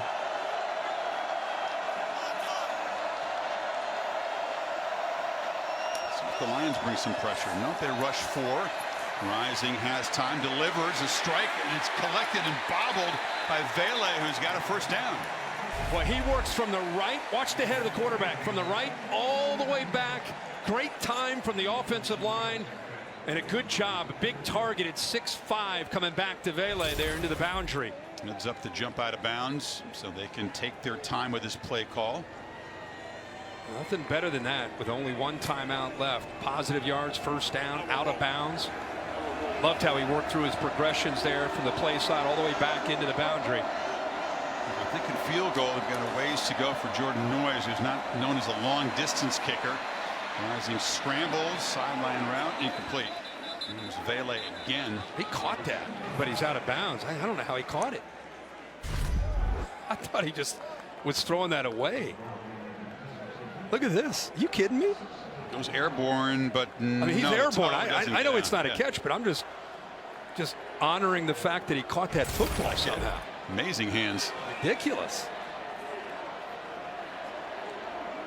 They have that timeout. They're going to have to move the ball 20 yards, I think, to give Jordan Noyes a comfortable go at a field goal here. Play clock at 4. Clean pocket, steps up and delivers into traffic, and then was coming over. Keaton Ellis, the safety, providing help, broke it up. They continue to give him time to throw, and only rushing 3, dropping 8. There's that matchup again. This time he kind of anticipates the ball going out there. He has Ellis helping out over top. One thing to remember, Penn State, Manny Diaz, when you think of Manny Diaz, you think of pressure. They want to get upfield. They want to get tackles for a loss. They want to get sacks. Come into this game, one of the top teams in the country in sacks, and tonight, 0. A goose egg in his first half. And Rising get a completion downfield, 15 to 20 yards, and give his kicker a chance. Pressure. Forget about that as the Lions come up with their first sack of the afternoon, and it's Curtis Jacobs on the blitz, and that'll end the first half. Well, we just said, where's the pressure?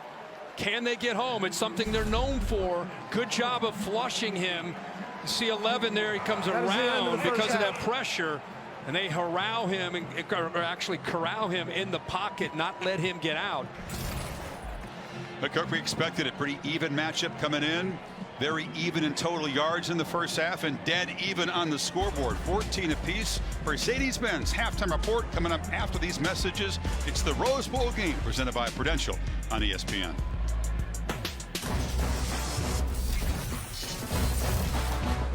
$14 apiece here.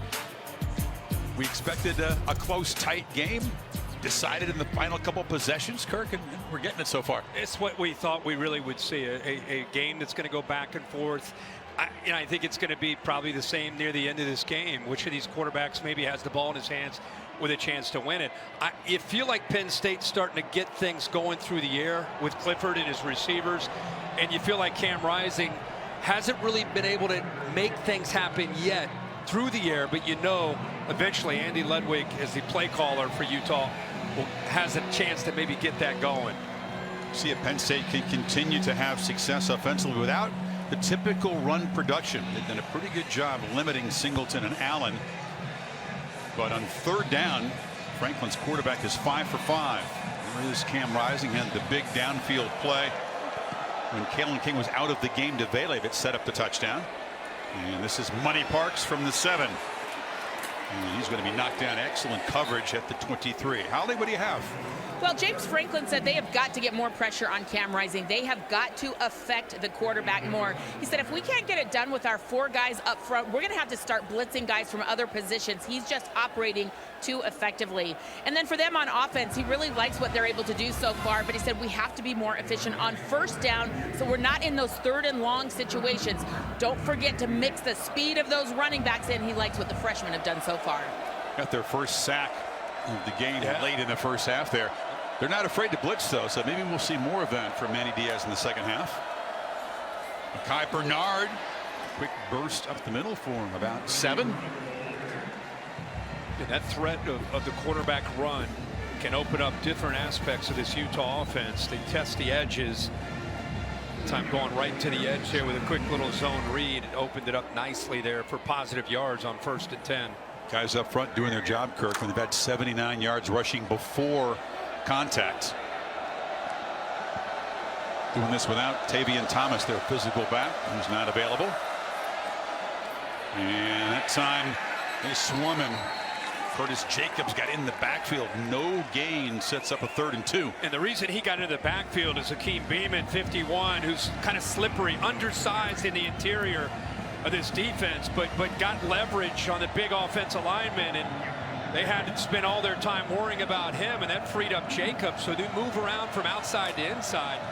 It freed him up to make that play. When is 264 small?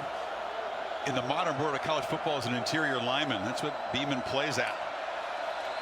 3rd and 2, it's Jackson. He's met in the hole, and he bounces off a tackle and gets a 1st down. Boy, good job. I thought Rising might be fooled by this right here. I thought he might feel that he was collapsing down.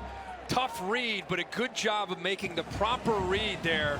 And we keep seeing a combination of Bernard, who's quick, and then Jackson at 6'2", 230, who runs more with power and gets behind his pads. Just enough there for the 1st. Yeah, Olsen could not wrap him up. Powerfully built back. That's Bernard back in the game and in motion. Rising steps up, lofts it to the sidelines, and it's broken up. That was a good job by Abdul Carter running in coverage. Ball bounced off his back. He was guarding Yasmin. Yeah, it's man coverage. What a good matchup there with a true freshman. His helmet actually going up against Yasmin. Right? That's one, whatever it takes, right? He never got turned around, but he didn't interfere, and the ball just bounces off the helmet. But Benny Diaz again mixing up the coverages, that time playing man free, leaving guys out on islands, and the big linebacker holds up against the tight end. Carter does a lot for this defense. Guards tight ends, comes after the quarterback, strong run support. And Rising fooled him, and he keeps it and spins for a 1st down in midfield. They tackled the ball carrier, but the quarterback kept it. You know it's coming. And this time they collapse down. He gets the Yasmin out in front as a blocker on Carter, and just a good job of getting critical downs. He baits this defense into thinking that, hey, kind of lulls them to sleep, and then just when they need it, he pulls it. And he can accelerate and get upfield when he needs to. Cam's parents happy that his knee is healthy. He struggled in that USC game, but a month to get that knee back to 100%. You're seeing the difference. And there's a pass behind McLean. One of the other tight ends that get involved here. But we just talked about Beamon and how he's undersized, but he's quick. And that time, pressure in the middle, along with blitzing the backers, Elston forced him to get that ball out of his hands quickly. Haven't seen a lot of pressure, but Holly just mentioned that Manny Diaz and James Franklin emphasizing that to that front. Got to affect the quarterback. It's a 2nd down handoff to Jackson, and that time he is not going to escape the tackle of Adisa Isaac. He's going to be 3rd down and long. And Isaac on the outside. Tell you, he's known as a pass rusher, but watch him work, get off of the block there, the big tight end Logan Kendall, and be disruptive. Love to see that off the edge there. Only 240 pounds. Played a few different sports in high school, and athletic guys, had to put a little weight on, but they're doing a good job defending the run. Rising just 1 for his last 8. Can he create something here on 3rd and long? Has to avoid immediate pressure on the run, delivers the throw, and it's caught. Logan Kendall, another tight end, lumbering down there for a 1st down. What, you're not expecting Logan Kendall to slip out. He's just kind of gonna get held up here initially, trying to help, and then he just releases. It's just almost a check down. And nobody from Penn State's anticipating him throwing the football. So great job by Rising against the pressure of Tig Brown to keep that play alive just long enough for that throw. A lot of hard work blocking all season long, rewarded with a big 3rd down catch in the Rose Bowl. And now in the reverse, Baylor's going to throw it. He was going to look back in the direction of Rising, who was covered, and the receiver is going to be dragged down by Curtis Jacobs. Penn State ready for the trick plays this Utah offense brings. And Tig Brown sees it right away that the quarterback, he almost showed it a little bit too prematurely to try to get out to the open where he could throw the football, but Vele just has to give up on it. He looked back, and I think he locked in just on his primary target of Cam Rising, and a good job again by the safety. You see, you don't want those receivers or running backs reading coverage. When the first guy's not open. Primary, second, third, we don't want him working through progressions. Here or here. That's a 9-yard loss. Rising under pressure again, fires up his back foot. It's a low throw, incomplete. Just barely got the ball up, but couldn't get anything on it because Chop Robinson was trying to chop him down. Chop Robinson just getting pressure off the tight end. Yasmin trying to protect. They definitely listened to James Franklin and Manny Diaz about, hey, we've got to affect the quarterback. He had all kinds of time to throw in the first half, and now you're starting to see him dial it up and get after it. It was a risky throw. Sure was. Lucky to avoid the pick. But a lot of work to do. 3rd and 19. He's been efficient throwing the ball on 3rd down, but not clicking lately with the pass game. Rising scans the field, goes right down the seam, and not on the same page. And it's incomplete. That was McClain, the tight end. They tried to target him a couple times in the drive, but the Utes stall thanks to Jacob's sack. And Isaac again gets pressure. Watch at the bottom of your screen. 20. We saw him defend the run. This time inside move there against Daniels, and kind of pressure like that on 3rd down and long makes the quarterback want to get the ball out of his hands a little bit early. No chance. Bo Meester, the Aussie from where else, tries to pin Penn State back. Kicks it pretty high. Coverage team tracking it. They let it bounce, and they field it beautifully at the 5-yard line. So well executed. Utes pin Penn State back. Lions first possession of the quarter coming up. Penn State pinned back.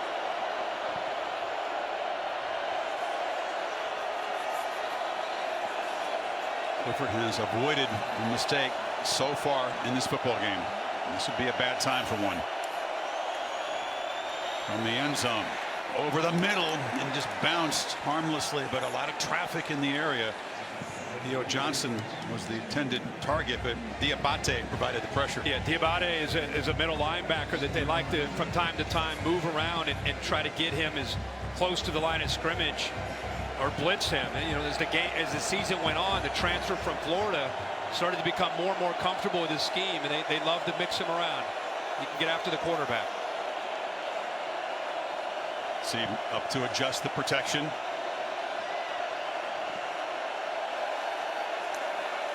It's rush 4 from the end zone. It's a slant, and Tinsley reaches back behind him. A nice hands catch, but falls down 2 yards short of the marker. Yeah, they motion out Singleton. Creates a one-on-one now back to the field. So he cleared it out by moving the back out. Pre-snap movement made it a little bit more defined of a throw and an easier throw there to give him a chance on 3rd down.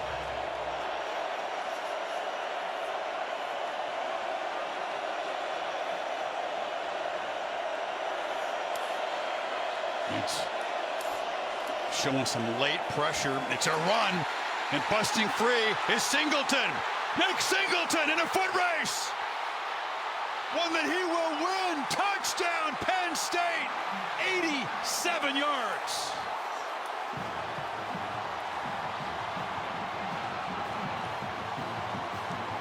That running game, Kurt, contained, defended well, and then boom, the lightning strike, and Penn State reclaims the lead. But it did open up with Drew Shelton, 66, the true freshman. See the tight end here help out as well, Theo Johnson. But where does the safety go in support? Not there at all. R.J. Hubert out of position. It opens it up, no one to take care of it. Remember, it's 3rd down or it's tight yardage. They walk everybody up there, and he breaks free, and there's no one in the back end to prevent the big play. But a good job of opening it up by Shelton and the big tight end. More often than not, Utah have been hitting Penn State runners behind the line. That's on a big crease and a huge play.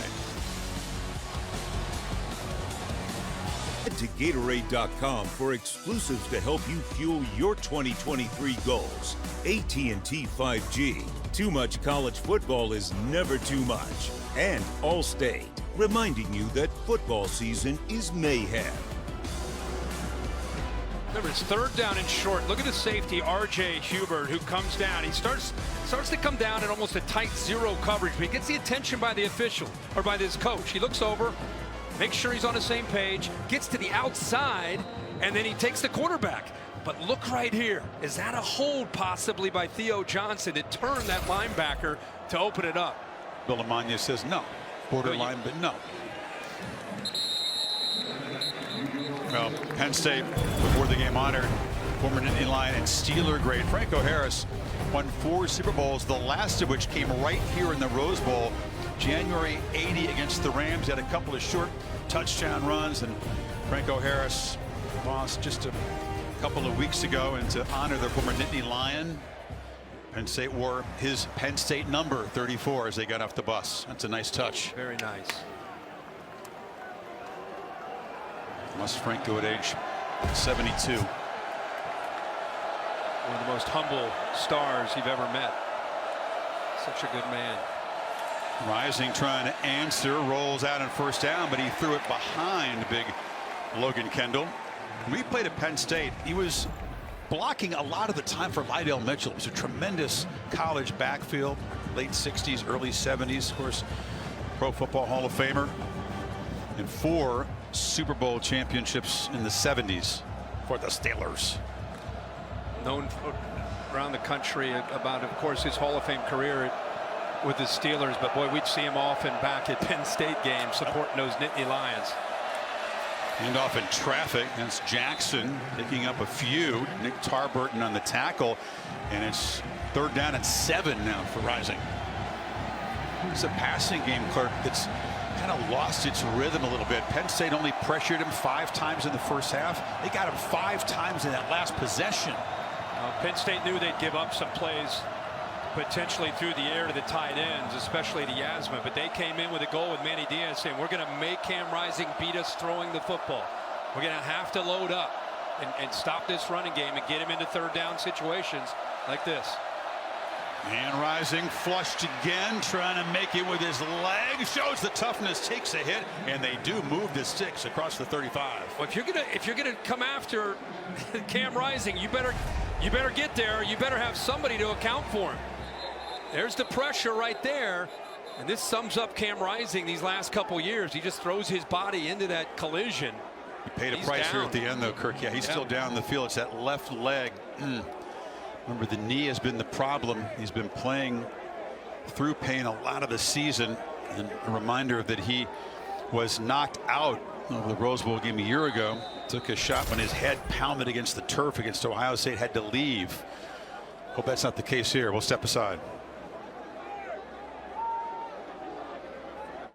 Favoring that left knee, which has been a problem this season, right into the medical tent.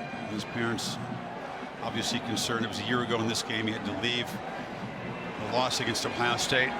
So Bryson Barnes, who had done almost nothing at quarterback before coming in against the Buckeyes, somehow engineered a touchdown pass to Kincaid.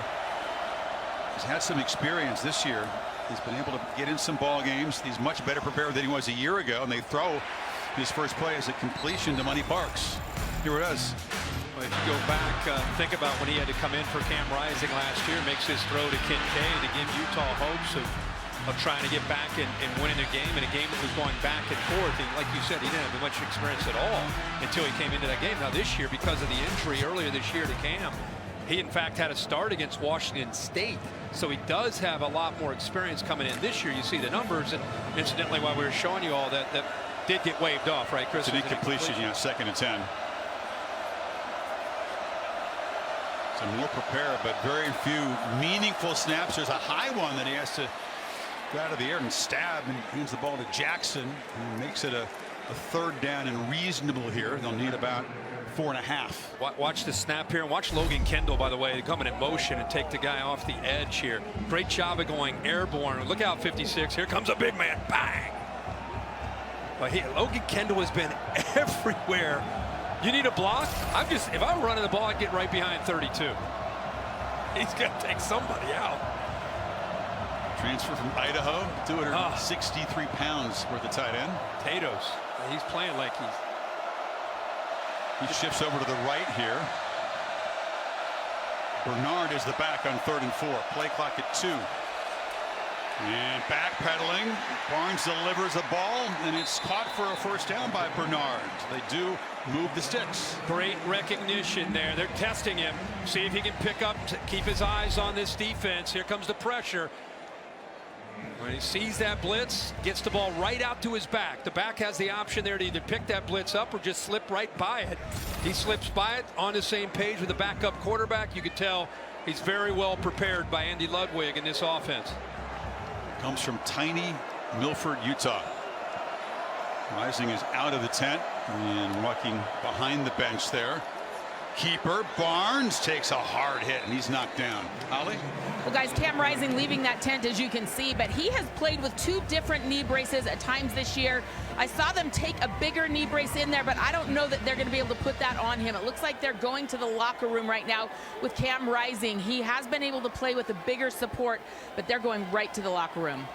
So Barnes take a big hit. Behind him is a true freshman, Nate Johnson, who's thrown and completed 1 pass this year in 4 games of action.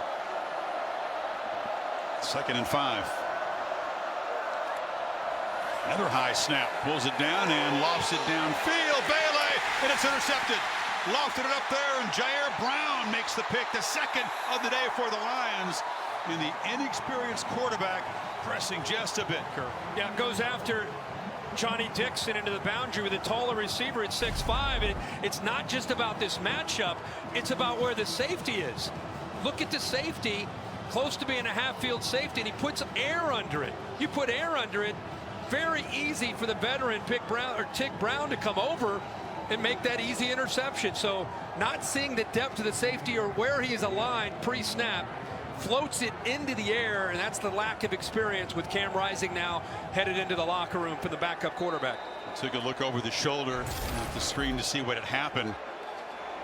So Penn State set up at the 42, trying to add to their lead off the 2nd takeaway of the afternoon.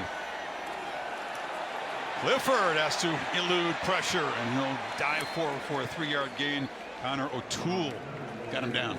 Biggest problem this offensive line has had with a couple backup tackles in is the communication when there's movement of any kind up front.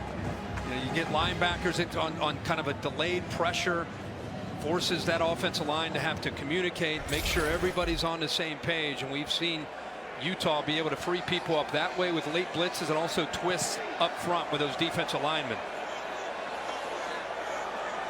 Late rain beginning to fall here in Pasadena. There's always the potential for that in the forecast about this time. Hand off. And a short gain.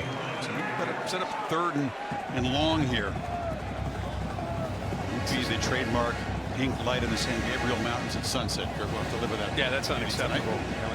We're just so used to seeing that. This is a big 3rd down for this Utah defense. After the turnover, can they get a stop? They get Penn State and Clifford off the field. Empty, probably bring the back in, I would think. Utes are There he comes. Prone to show pressure, and there comes Allen back in. They've done this throughout the game. A couple of freshmen having to make smart choices and physical blocks to protect the quarterback. Clifford steps up here and delivers across the middle, and it's dropped in and out of the hands of Wallace. And that is a crucial drop in what you called a big play. It's 4th down. Yeah, Parker Washington obviously hurt, not able to play. Their leading receiver. We knew Harrison Wallace would have to step up. They actually do a nice job here of clearing out this defense. Opens it up nicely. They use Tinsley to clear it out so they can go underneath. There's 5 who cleared it, opened it up perfectly. A great throw by Clifford right into the hole, and Wallace just unable to hold on to it there. So the Utes catch a break, get off the field. James Franklin going to the lid over there with the rain falling. His punter, Barney Moore, drives Valet back with signals for a fair catch at the 11-yard line. So Penn State cannot cash in the takeaway, and the Utes with backup quarterback at the helm back to work. Transplanted here to the Rose Bowl to honor Ty Jordan, Aaron Lowe, 2 Utah players whose lives were taken in tragic circumstances couple of years ago for the second consecutive season. Utah has dedicated the season to them. This, of course, being the 22 season. Those players both wore number 22 in their Ute careers. So Bryson Barnes' interception not costly as the Utes get the stop. Back to work with the rain falling, and you'd figure they want a future of the ground game if they possibly can here. Bernard picks up about 8. Holly? Well, guys, really special that they have kept that moment of loudness alive for the Utah, but this is also very special. The Rose Bowl Stadium folks in their beautiful plaza have put permanent bricks in loving memory of Ty Jordan and in loving memory of Aaron Lowe, and they are going to be there forever. Their names are etched permanently here in this stadium now, and the Utes still keeping that memory alive. 22% every day, must be better. They have honored those young men's memory completely this season. It's a wonderful gesture by the Rose Bowl, and breaking free is LaQuindon Jackson. And he's going to be dragged down at midfield by Keaton Ellis, but that ground game is churning now. Yeah, you put 8 people up at the line of scrimmage because you're not fearing this quarterback right now in this running game, and you see broken tackles by the physical running of Jackson. That's what he is known for, and he's got some acceleration within him too. He ran right through the tackle of Eldson, and then another missed tackle, and there's the speed that we talked about. Ellis made the tackle at the end, and he's being attended to. Was slow to get up. And Manny Diaz right now is being ultra aggressive against his run game. That time it backfired.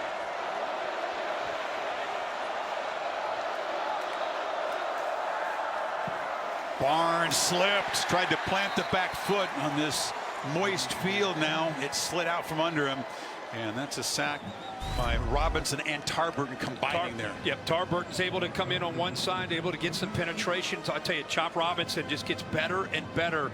Their transfer from Maryland gives them good speed. They rotate a lot of different bodies.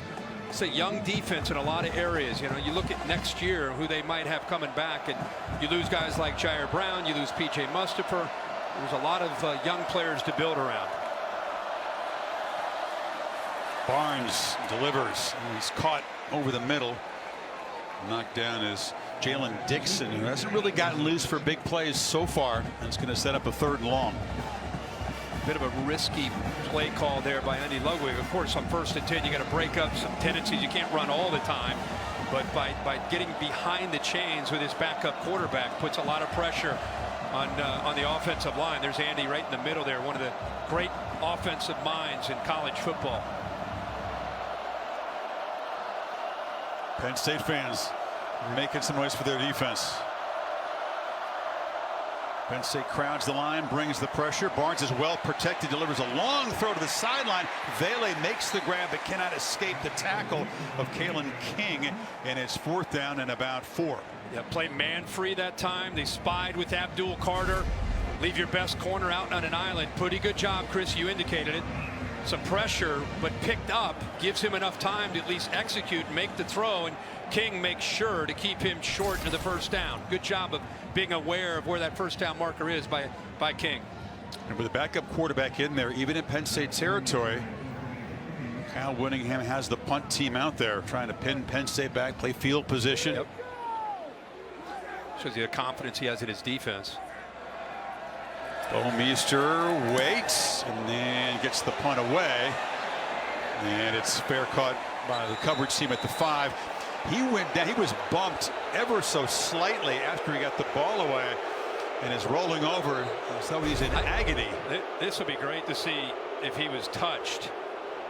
Let's see here. His foot was touched. Okay, Chris, I know you're a big World Cup guy here. I'm not trying to make light of an injury, but I didn't see anything at all except. But Bill, what do you have for us? I have nothing on it. There was some contact. There was a touch, but that's not displacing the kicker. That was totally incidental. No foul. Well, he's going to milk it. Apparently, he's going to be helped off. We hope he's certainly not injured. Utah crowd still can't believe there wasn't a penalty. You saw Kyle Whittingham pleading his case. Bills and Bengals coming up meanwhile. Rock, paper, scissors with the fans. I like that. Dick's a very yeah, he's always involved with the crowd, and Buffalo travels so well. I'm sure he's having some fun with the Bills fans, getting ready for Monday night following this game. Well, they did what they needed to do, whether he's hurt or not. I'm glad to see he's up and off the field okay, but he pinned him. He did his job. He's got him pinned at 6-yard line. Third time Penn State's started to drive from inside their 10.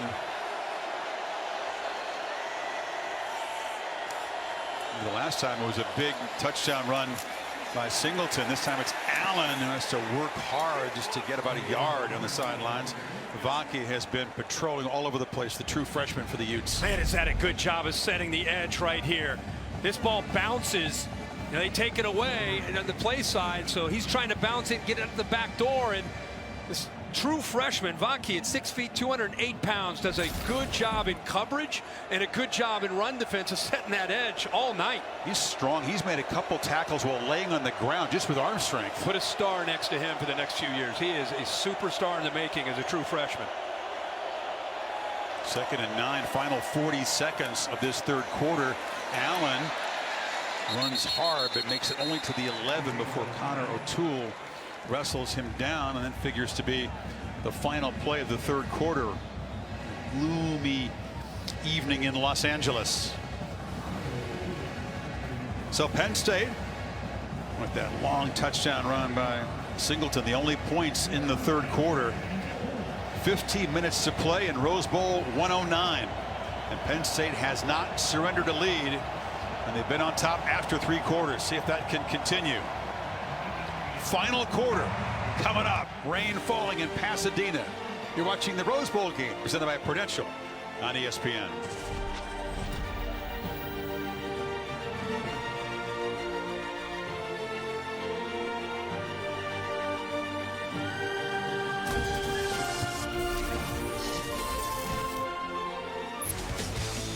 Penn State preserving 7-point lead, facing a 3rd and 4.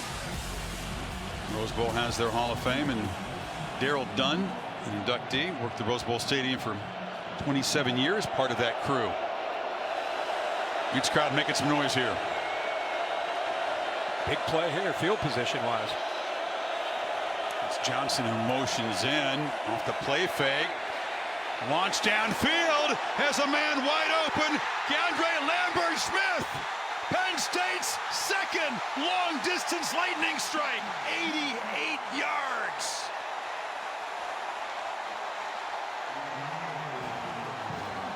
Big plays when backed up. That's been the story of the second half of this Penn State offense. This 87-yard run and now the 88-yard strike. You knew they would try to take a shot at some point in the second half, and there it is. Double move. They scored on this play earlier on a slant. This time it's a slant and go.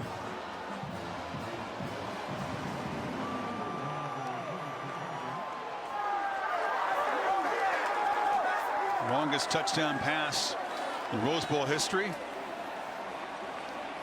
Nick Singleton's run was the 3rd longest run in Rose Bowl history for a touchdown. Yeah, what a play. Well designed on 3rd down. Hubert, the safety, is going to be impacted here by the motion.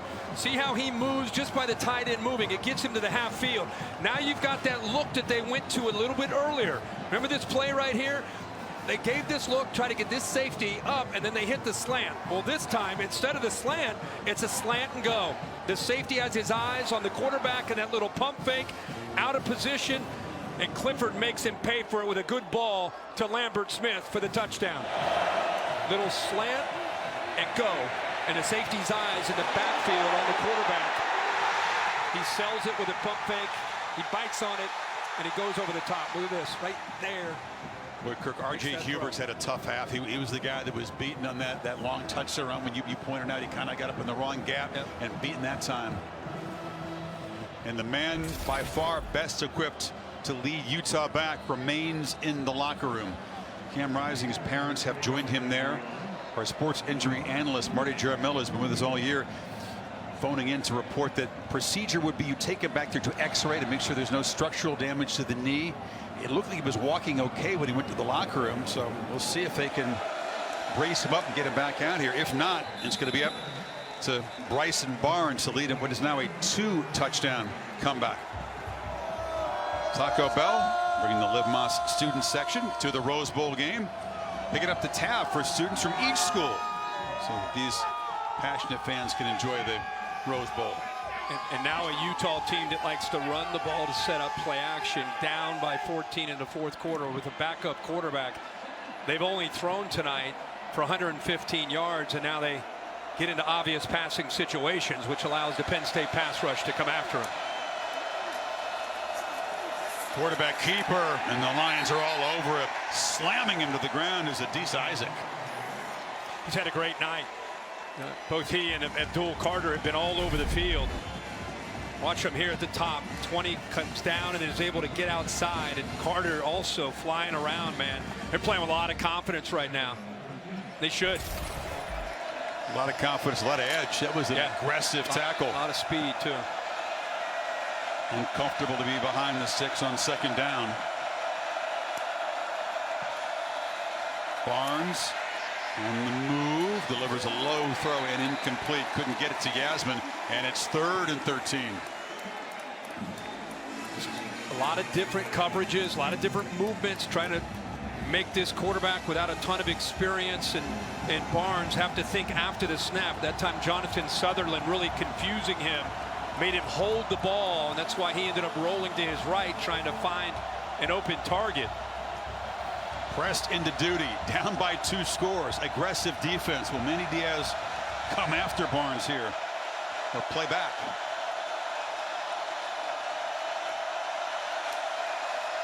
Now they bring pressure.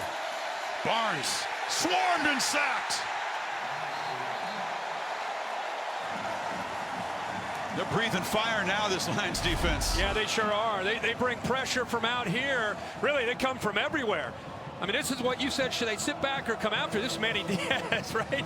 You know what he's going to do with a quarterback that hasn't seen a lot of looks other than in practice. The 1 start at Washington State. I mean, that is what you do. You bring pressure on 3rd down and you get him off the field. That's what they do.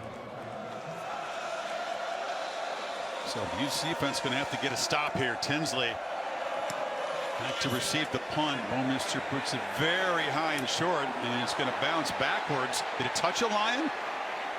He's fallen on there by Sutherland, and he did keep the football, and Penn State begins in Pluff's territory. Apparently he was okay. It wasn't a very good punt, but he's okay.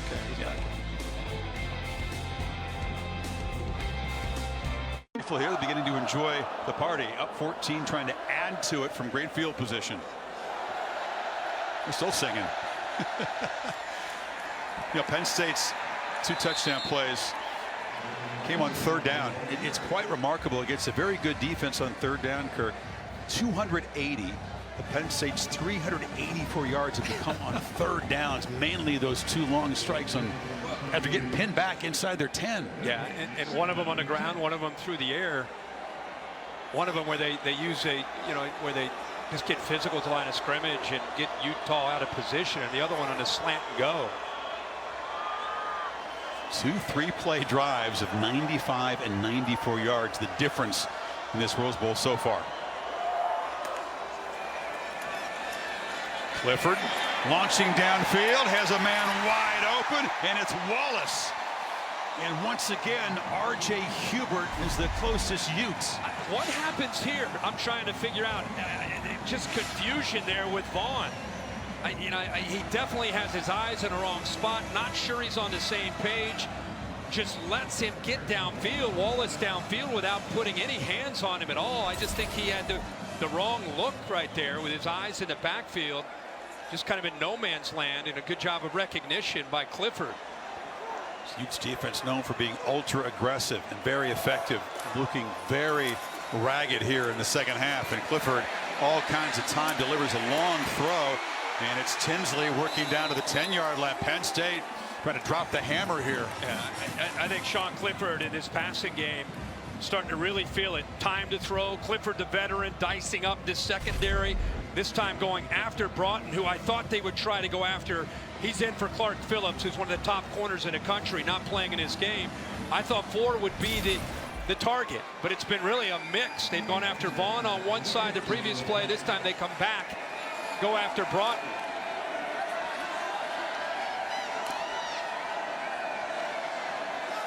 Receivers stacked to the left. Singleton is the back. And quarterback keeps it. Clifford makes a cut. Knocked down at the 1-yard line. Took a big shot, but threw his body on the line trying to get to the end zone. Yeah, he's actually, instead of reading this side, he's reading the other side. And if his back had leverage, he would have handed it off. Instead, he pulls it. And what a night Sean Clifford is having, man. He has been a quarterback that from time to time has been questioned throughout his career, but reminding Penn State fans what a send-off potentially here with a game he's played. His toughness, however, never questioned. No T formation. They scored on this earlier. Tight end between the two freshman backs. Allen fights into the end zone, and Penn State is in charge in Pasadena. There's a flag pre-snap. Let's see. I don't see a flag. I believe it's Utah trying to get a guy off the field. Wasn't able to, and the touchdown will stand. Touchdown. So this time they use great field position to march it 47 yards in 5 plays. That is a lot of humanity. Behind two Scruggs there. Scruggs feeling good. Left side that time. Norzad, Shelton. You mentioned a T formation.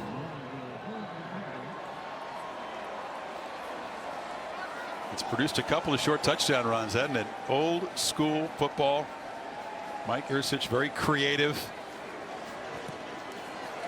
Combination of physical running and big plays. What's great about it is the way Singleton and Allen are willing to block. You don't know if they're going to go to the right or go to the left. This time, Singleton blocks and Allen gets it in for the touchdown.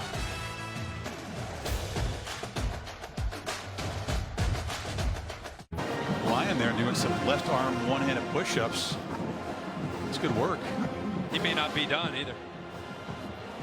In the meantime, the other subplot on the Utah sideline, it's just so disappointing as a fan of the sport, someone who appreciates the grit and the toughness of Cam Rising, that for a second consecutive Rose Bowl, he may not be able to finish. He was a left knee that's being examined. He's still in the locker room, of course, knocked out with a head injury a year ago in that loss to Ohio State. Holly? Well, guys, Sean Clifford, who has been at Penn State for 6 years, he had to wait his turn to be the quarterback, and he knew that tonight would be emotional, his final college game. But he said, you know what, I set an intention before this game that I would wait. I wasn't going to feel all the things. I wasn't going to let that impact my performance.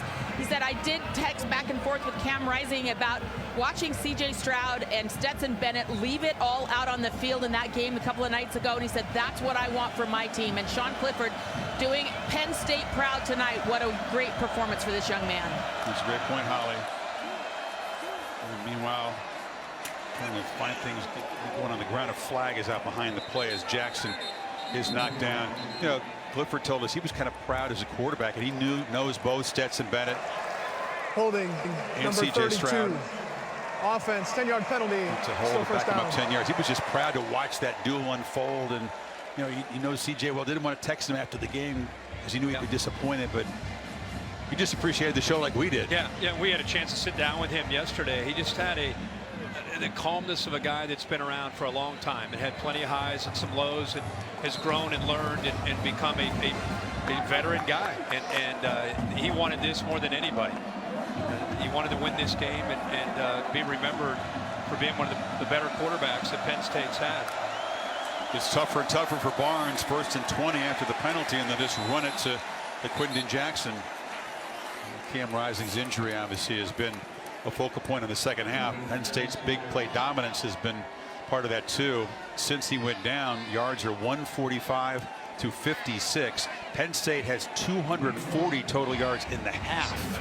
Yeah, and the field from that injury is just beginning to tilt more and more in favor of Penn State and their defense. After that holding call, they get this offense behind the sticks, which has been kind of a reoccurring theme since Rising has been out. Heavy pressure has been a reoccurring theme. This time they rush 4, but Barnes is flushed, backpedals, and delivers incomplete. Would have been short of the first down anyway. Pressured by Sutherland, and it's going to be 3rd and 19. Cal has the look of a guy that sees it slipping away. He'll be skiing anyway tomorrow. He'll head back home. There's been good snowfall in Utah He's an expert, like double black diamond skier. Yeah, I told him I'd go up there from time to time with my family, and he said, you got to go to the double blacks. And I said, well, huh?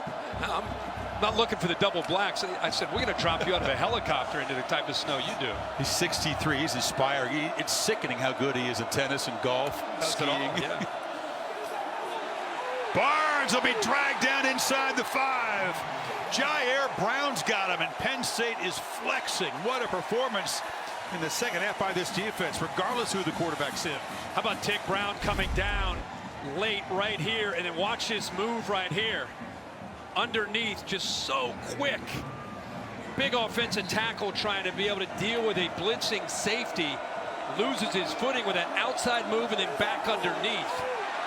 Another veteran that was looking us right in the eye and talking about how important this game was to him yesterday, and we had a chance to sit down and talk with him. An impressive young man. Another guy who was an unheralded recruit, not a bunch of stars attached to his name. He's going to finish up going to the Senior Bowl. A lot of what's right about the sport. Tinsley backpedals, fields the punt at the 50, and runs to the sideline for a 2-yard return. So Penn State closing in on the program's second ever Rose Bowl victory. Ethieu, who is a great player in his own right, had an injury himself. They lost him earlier this year. So disappointing in back-to-back Rose Bowl games. Cam Rising playing well but unable to finish.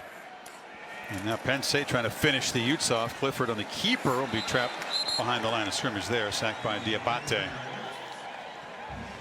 There's a guy again that began at Texas, comes to Utah, suffered a really disappointing injury at the beginning of the 20 season. Solid last couple of years, but too much deja vu for our liking as he once again gets injured in a Rose Bowl game and apparently will come up short for a second time. But just one of the Utah fan base's favorite players of all time. Just a great leader, tremendous character, one of the toughest guys you'll ever see. He does have another year of eligibility. Sure it's unclear at this time whether or not he might use that and whether what happened today would influence that decision. Yeah, I mean, obviously a lot to do with where this team could be next year. There's a lot of pieces coming back, and if he ultimately decides to come back for one more year, they could be right back in the same position of chasing down a Pac-12 championship and competing with some of the top teams in the country. Meanwhile, Sean Clifford, who arrived at Penn State back in 2018, 7.5 minutes away from punctuating his career with a victory that would leave him very emotional. He keeps his emotions in check. He was very purposeful, level-headed, wanted to play the game that way. But this would mean a tremendous amount to cap off his career with Penn State's second ever Rose Bowl, and he's on the move. Clifford will avoid the tackle and duck down at the 43. Diabate was in the area, so it's 4th down. Well, you know, look who he's looking to the top, his younger brother, 82. He wants to throw the ball so badly, but he's taken away, so at least he's able to improvise and get positive yards. Liam Clifford is a young freshman receiver, again, out of the same high school at St. Xavier in Cincinnati. You see the smile, man. He wanted to dial up 82 in the worst way. They did connect in a touchdown pass earlier. It's the first year they've been able to play really on the same team. Right? Ever. Yeah. But this setting, he said, man, his last game, he wanted to get the ball to him. He looked him up there. Well, there's still time.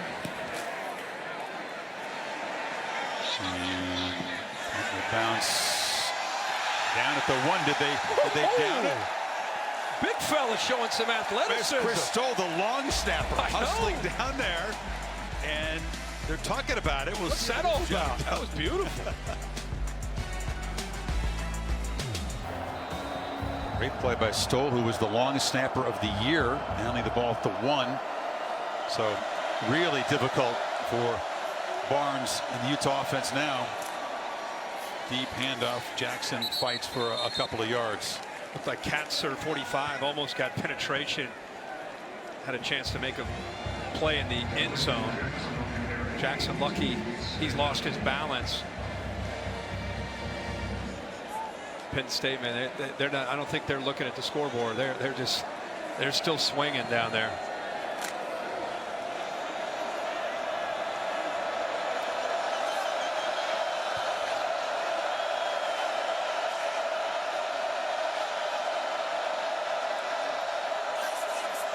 Jump it up into the gaps, showing heavy pressure. They bring the blitz against the run, and not much for Jackson. Holly? Well, guys, I don't have the severity of the injury for Cam Rising, but what I can tell you is that underneath his black sweatpants, he is wearing a very heavy brace on that left knee. He's come out, he's walking well, moving well, and he's smiling, talking to his guys, trying to be encouraging. But I haven't been able to catch if he's told people if he's okay or not. He's just trying to let them focus on the game and keep their focus on what's ahead of them right now. But I can see a very heavy brace under those pants. And this guy Keefe there, his season cut short in game 4. 3rd and 5. Throw on the edge, and Dixon able to move ahead, and they do get a first down at the 12-yard line. Well, that's a good way to respond to pressure, even though they only rush 3 and drop 8. Just get the ball out of the hands quickly and give yourself a chance. It's pressure and the fact they don't have to worry about that run game. They're able to just get after these offensive linemen. There's a low throw. Bailey couldn't come up with it. January 2, a date in history, has been pretty kind to Penn State. They defeated Miami down in the Fiesta Bowl. 86 national championship. That stunner against the Hurricanes came on this date. And their only other Rose Bowl victory until today's apparent one was on Jan 2 of 95. That great 94 Penn State team beat the Ducks here. Keyshawn Carter was the MVP. Yeah. Kerry Collins. Was it the first play of the game he got out in the open? I mean, it was early. I remember him scoring a long one. So a date that has been very noteworthy in Penn State history is about to get more so with the program's second ever Rose Bowl victory. And how satisfying, Kirk, for these Penn State veterans who still think about the nightmare of 2020, the COVID season. It was a debacle for the program. Coming into this year, just 11 and 11 the last 2 seasons combined. Yep. Barnes delivers down the middle, and here comes a flag very late. 3 of them, as a matter of fact. Keaton Ellis was there in coverage. Yeah, Ellis got there a little early. Yeah, what a great legacy for these seniors to leave behind with a win tonight. They've got a chance to finish up in the top 7, maybe in the country, with 11 wins. Only losses to Ohio State and Michigan. Pass interference, number 2. Defense, 15-yard penalty, automatic, first down. And there are a lot of guys coming back from this team next year. James Franklin is recruited well for next year's class already. Good nucleus of young players coming back. And while Clifford moves on after a storied career, Drew Aller, who is a superstar true freshman, there are a lot of people excited about what he'll be able to do next year, as you would assume, taking over as the guy at quarterback. And that's Jackson. He certainly looks the part, and what he's shown in his opportunities, which have been mostly in mop-up situations, been very promising. But in the meantime, this afternoon belongs to the veteran Clifford.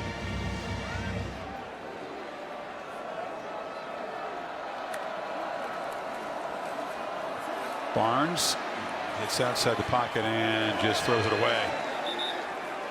This Penn State defense shutting out the Utes in the second half. Manny Diaz changed tactics, a lot more pressure, more blitzing, much more aggressive approach in the second half. And then the big play strikes at Penn State. They've never had in their history a better big play offensive performance than this one. Never had 2 touchdown plays of 85+ yards in the same game until this one. Yeah, save it for the right time. Yeah. Right. Need 2 on this 3rd down. Pressure again, picked up. Ball in and out of the hands, almost picked off by Kobe King. Linebacker slid in there and had his hand on it. And it's another young linebacker between Abdul Carter and Kobe King. You know, his twin brothers, Kalen King, 4, who we've been talking a lot about. Does a good job of reading the eyes of the quarterback, puts himself right there for a chance. I think he started thinking about what he was going to do with the ball after he intercepted that instead of catching it. He's still mad. I had a pick 6 lined up. The Rose Bowl. Horizon trying to make the best of it here.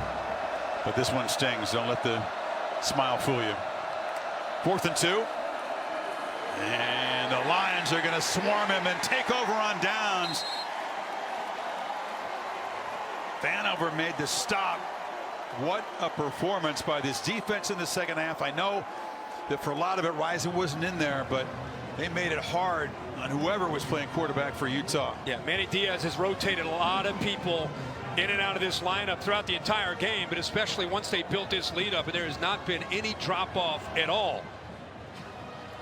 Less than 15 from kick over on ABC. Stephon Diggs has 11 touchdown receptions on Monday night alone. But so much talk about Burrow and Josh Allen. How about you just saw Diggs, Jamar Chase, T. Higgins. I mean, the firepower in that game. Talking about must-see TV. Bills Bengals will be a good one. We'll have a little post-game beverage and enjoy that one, won't we? I'll be there. The handoff inside to Tank Smith, getting a chance for a rep. With Singleton and Allen apparently done for the day. Ram Trucks post-game is coming up here on ESPN, the trophy presentation. Here from James Franklin. Sean Clifford figures to be the offensive MVP. Big Tank. Love to see him get his hands on the ball. 5'7", 234. Big fella. That dimensions you see every day. No. Now they're trying to work clock. See James Franklin. Let's take it easy now. Let's take it easy here. Slow it down. He's got a lot of backups up. Here comes Sean Clifford, looks like. Curtain call? Well, he might, maybe the next play.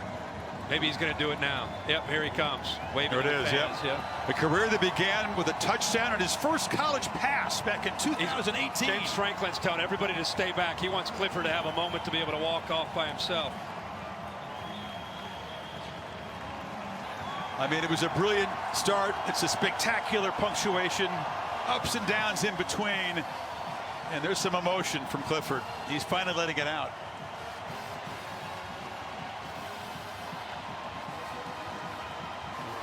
Cool moment. What a career for 14, man.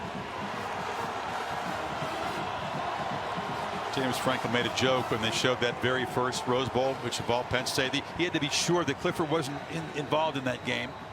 He's been around at Penn State so long. The parents are fired up. Yeah, I met his parents when we had them at Columbus, back in his home state. Things never quite worked out against the Buckeyes, but what a football family. Absolutely. There's the emotion, oh, man. Yeah. It's beautiful. Oh, yeah. He told us he would. Yep. He kept it in check all season, really all game, but that is just a beautiful, beautiful expression of what it means to him. That's what it's all about right there.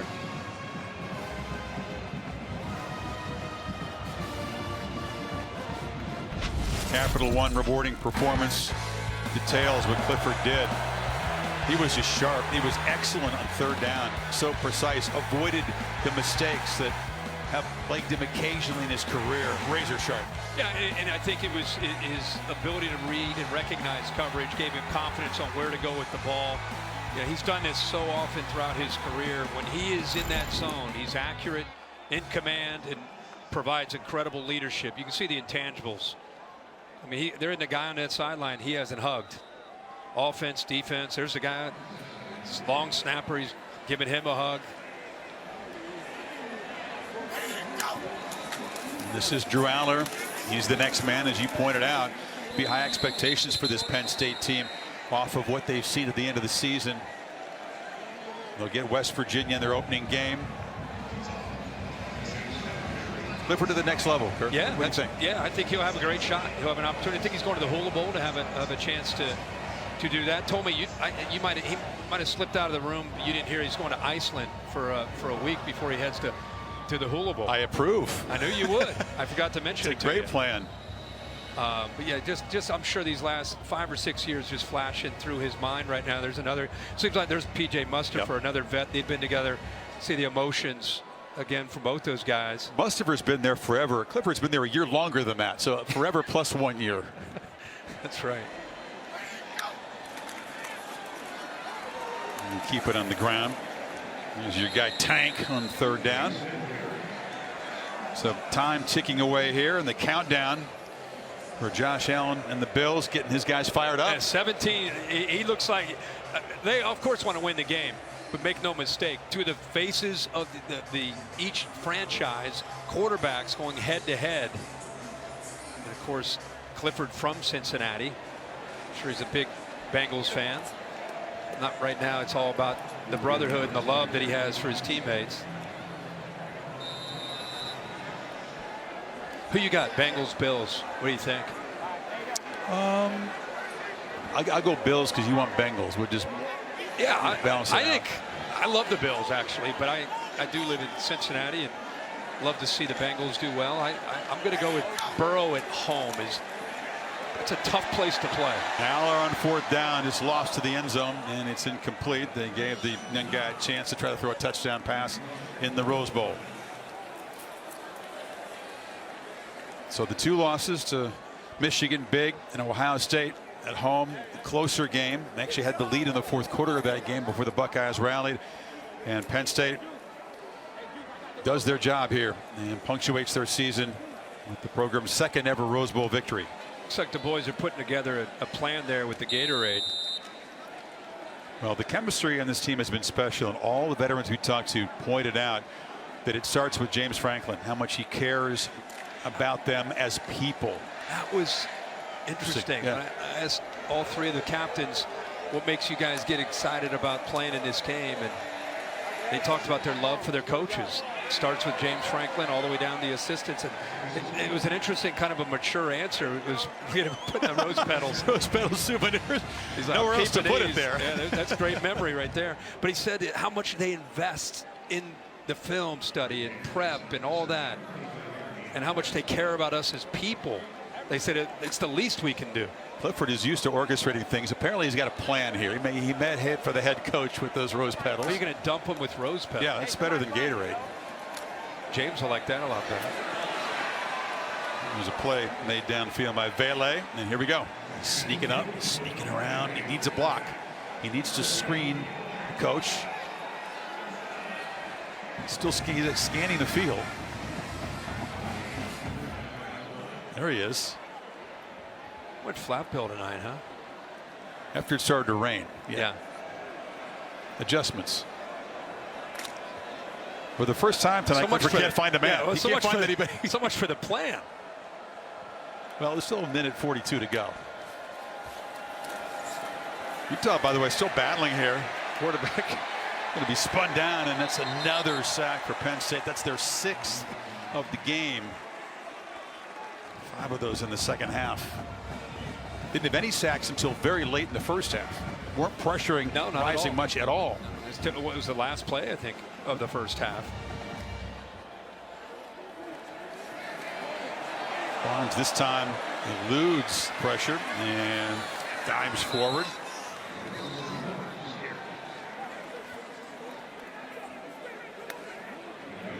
Some folks are still looking in to see if maybe Utah can reach the end zone. And really? Yeah. It's not over, and it's not over at the moment, but that could change down there at the 5-yard line. So inside of the final minute, Jalen Dixon gets it down there. And some of you are still attentive. Yeah.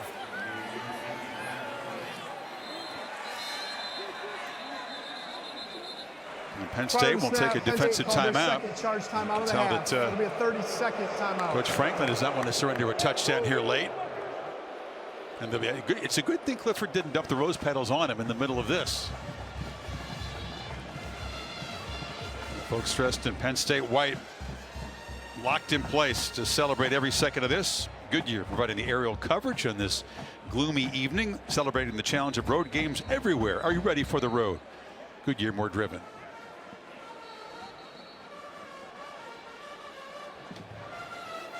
I think he shook everybody's hand over there by now. Yeah, I think he's hit them all. Hugged everyone. Where's the rose petal bucket, though? He's put that down for the moment. I think he's waiting until this drive's over. It's getting serious inside the 5, or right at the 5. This is serious for a lot of people right now watching this. Sanford Steve keeping us honest in that department. Yes, he is. Barnes back pedals. Rolls out and flips to the end zone and completes. Trying to get it to Dixon. salute the Utes here, back-to-back Pac-12 champions. We're a big target this year. You know, they won it last year, came so close in the Rose Bowl, and still people were looking everywhere else for Pac-12 champions coming into this season. I think they've proven to be a tough team to dethrone. That'll be a factor again next year. Yeah, they should be. Tell you, Barnes has some quickness, doesn't he? They're keeping these plays alive against his pass rush. Survival instinct. Here they come. Barnes against the blitz, gets cut in half, and that pass falls short. 3rd and goal now. Vandenberg in the heat. And we're closing in on kickoff again on ABC and ESPN2 and on ESPN when our broadcast is done here. Lots of chances to watch this massive showdown. Bengals starting to play their best football at the right time, too. Bills have been pretty solid all year. These two quarterbacks, they may not talk about it publicly, but as competitors, they want to have bragging rights tonight and help their team win and try to continue to climb the ladder, like I said, for that top spot in the AFC. Penn State bringing pressure again. The ball is out, and it's a touchdown. Jalen Dixon. And the Utes will leave here disappointed, but make some folks happy. Yeah, you got Not over, but it's over. Yeah, now it's officially over, right? You got a young secondary in there. They gave him a formation Penn State didn't adjust to, and just got Dixon out in the flat. Nobody out there, and an easy throw for Barnes. So a 78-yard drive in less than 2 minutes. Utah's first points since the second quarter.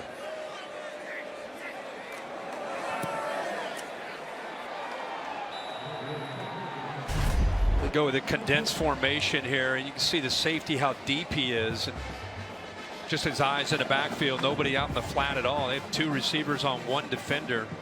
12, Cam Miller, the freshman, but that's what these games are for. And young players get a chance to grow and learn from that when they go back and watch film. Second straight year Barnes has come in after Rising's been knocked out and been able to throw a touchdown pass. Disappointment from Dixon, the senior from Texas.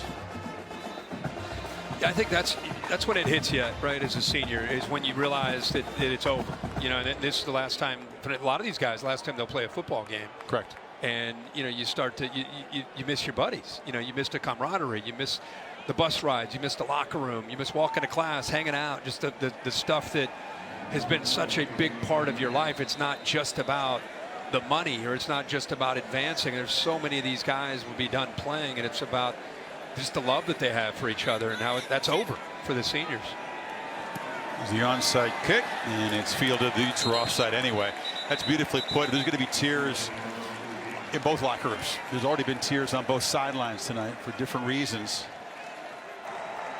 Offside, Rising can number only 81, look kicking team. in street That clothes penalty will be added to the end of the kick. for a second First straight down. year at the Rose Bowl. Well, we keep saying it, but both these teams, once you close this chapter and you move into 2023, both these teams are going to be right where they want to be in competing for their championships. You know, with the amount of players that they have returning, the transfer portal is still out there. I'm sure a few more guys will come in for both of these rosters. Who knows what Cam Rising is going to do with Utah. But this is a team that Penn State will feel really good about competing in the Big Ten East next year. Now they're sneaking up on Franklin with that bucket of rose petals. You feel safe with 24 seconds that now they got to hurry now. be a willing participant. Now they got to go tempo offense. Oh, that's Gatorade. Oh, they got him pretty good. And Franklin tackling people. Now he's going to get mobbed with the rose petals. Bedlam breaking loose here in the field. Penn State prevails in Pasadena. The program's second Rose Bowl victory. 11-win season, and the Utes again fall short to the Big Ten. Mutual respect between these coaches. I think James lost his glasses on that tackle. They're good to see them get together. A lot of respect. They've texted this week. Clifford elated, emotional about the way his afternoon unfolded, but not because his buddy wasn't able to finish. ESPN News is the place for Penn State fans to watch the Rose Bowl trophy presentation shortly. Let's Get a word from James Franklin with Holly. Well, Coach, they were going to get you one way or the other. How are you trying to escape that right there? Yeah, I'm just happy for our guys. To come out here and play that team. Got so much respect for Utah and Coach Whittingham. Out here on the road. It was basically a home game for them. And our guys played their tails off. I'm just so proud of them, offense, defense, and special teams. You guys turned up the pressure in the second half, regardless who was in at quarterback. How did that change the course of this game? Yeah, you're exactly right. That was the difference in the second half. We were able to get pressure on the quarterback, which we weren't able to do through not only just 4 down, but also bringing pressure. Sean Clifford, he's been such a stalwart for you. What did you say to him in that hug as he ends his career with a terrific performance? I'm just happy for him. You know, he's kind of seen it all in his Penn State career. And at Penn State, it's important, not how we just do it on the football field, but in the classroom and in the community. And he's done it with utmost class the entire time. That's what college football is about. That's what Penn State's about. Thank you so much, Coach. Thank you. Chris. Ollie, thank you. That was a beautiful scene to see Sean Clifford. Just tears pouring forth on the sidelines after that victory.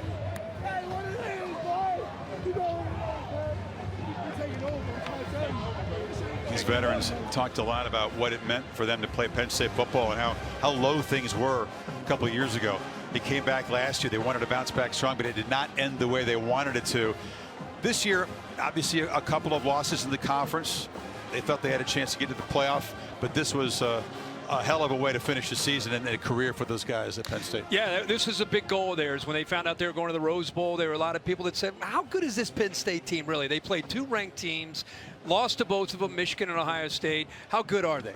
And I think they heard that message. They came into this game wanting to prove to everybody, including themselves, that they are a top 5 type of team. They went out today on a mission and played great football. Yeah, you sometimes wonder if bowl games, even Rose Bowl games, mean as much as they used to in the playoff era when the focus obviously is on the 4-team bracket. But afternoons like this with 2 programs and the fan base coming in here to celebrate the tradition of this, it's a really good hard football game. Absolutely, and I'm bumping into a lot of Penn State Utah fans. They are as fired up today as they would have been 10 years ago about being here and having a chance to take this spectacle in of a football game, and ended up being a great game. Penn State pulls away, especially once Cam ended up being hurt. As a 28-zip run by Penn State to pull away. 35-21 is the final. For our producer, Bill Bonneau, Derek Mombley, our entire crew, always our honor and privilege to bring you the Rose Bowl game from Pasadena. It's Penn State heading home happy. Now, Monday Night Football. Let's go to Joe Buck, Troy Aikman in Cincinnati for the Bengals and the Bills.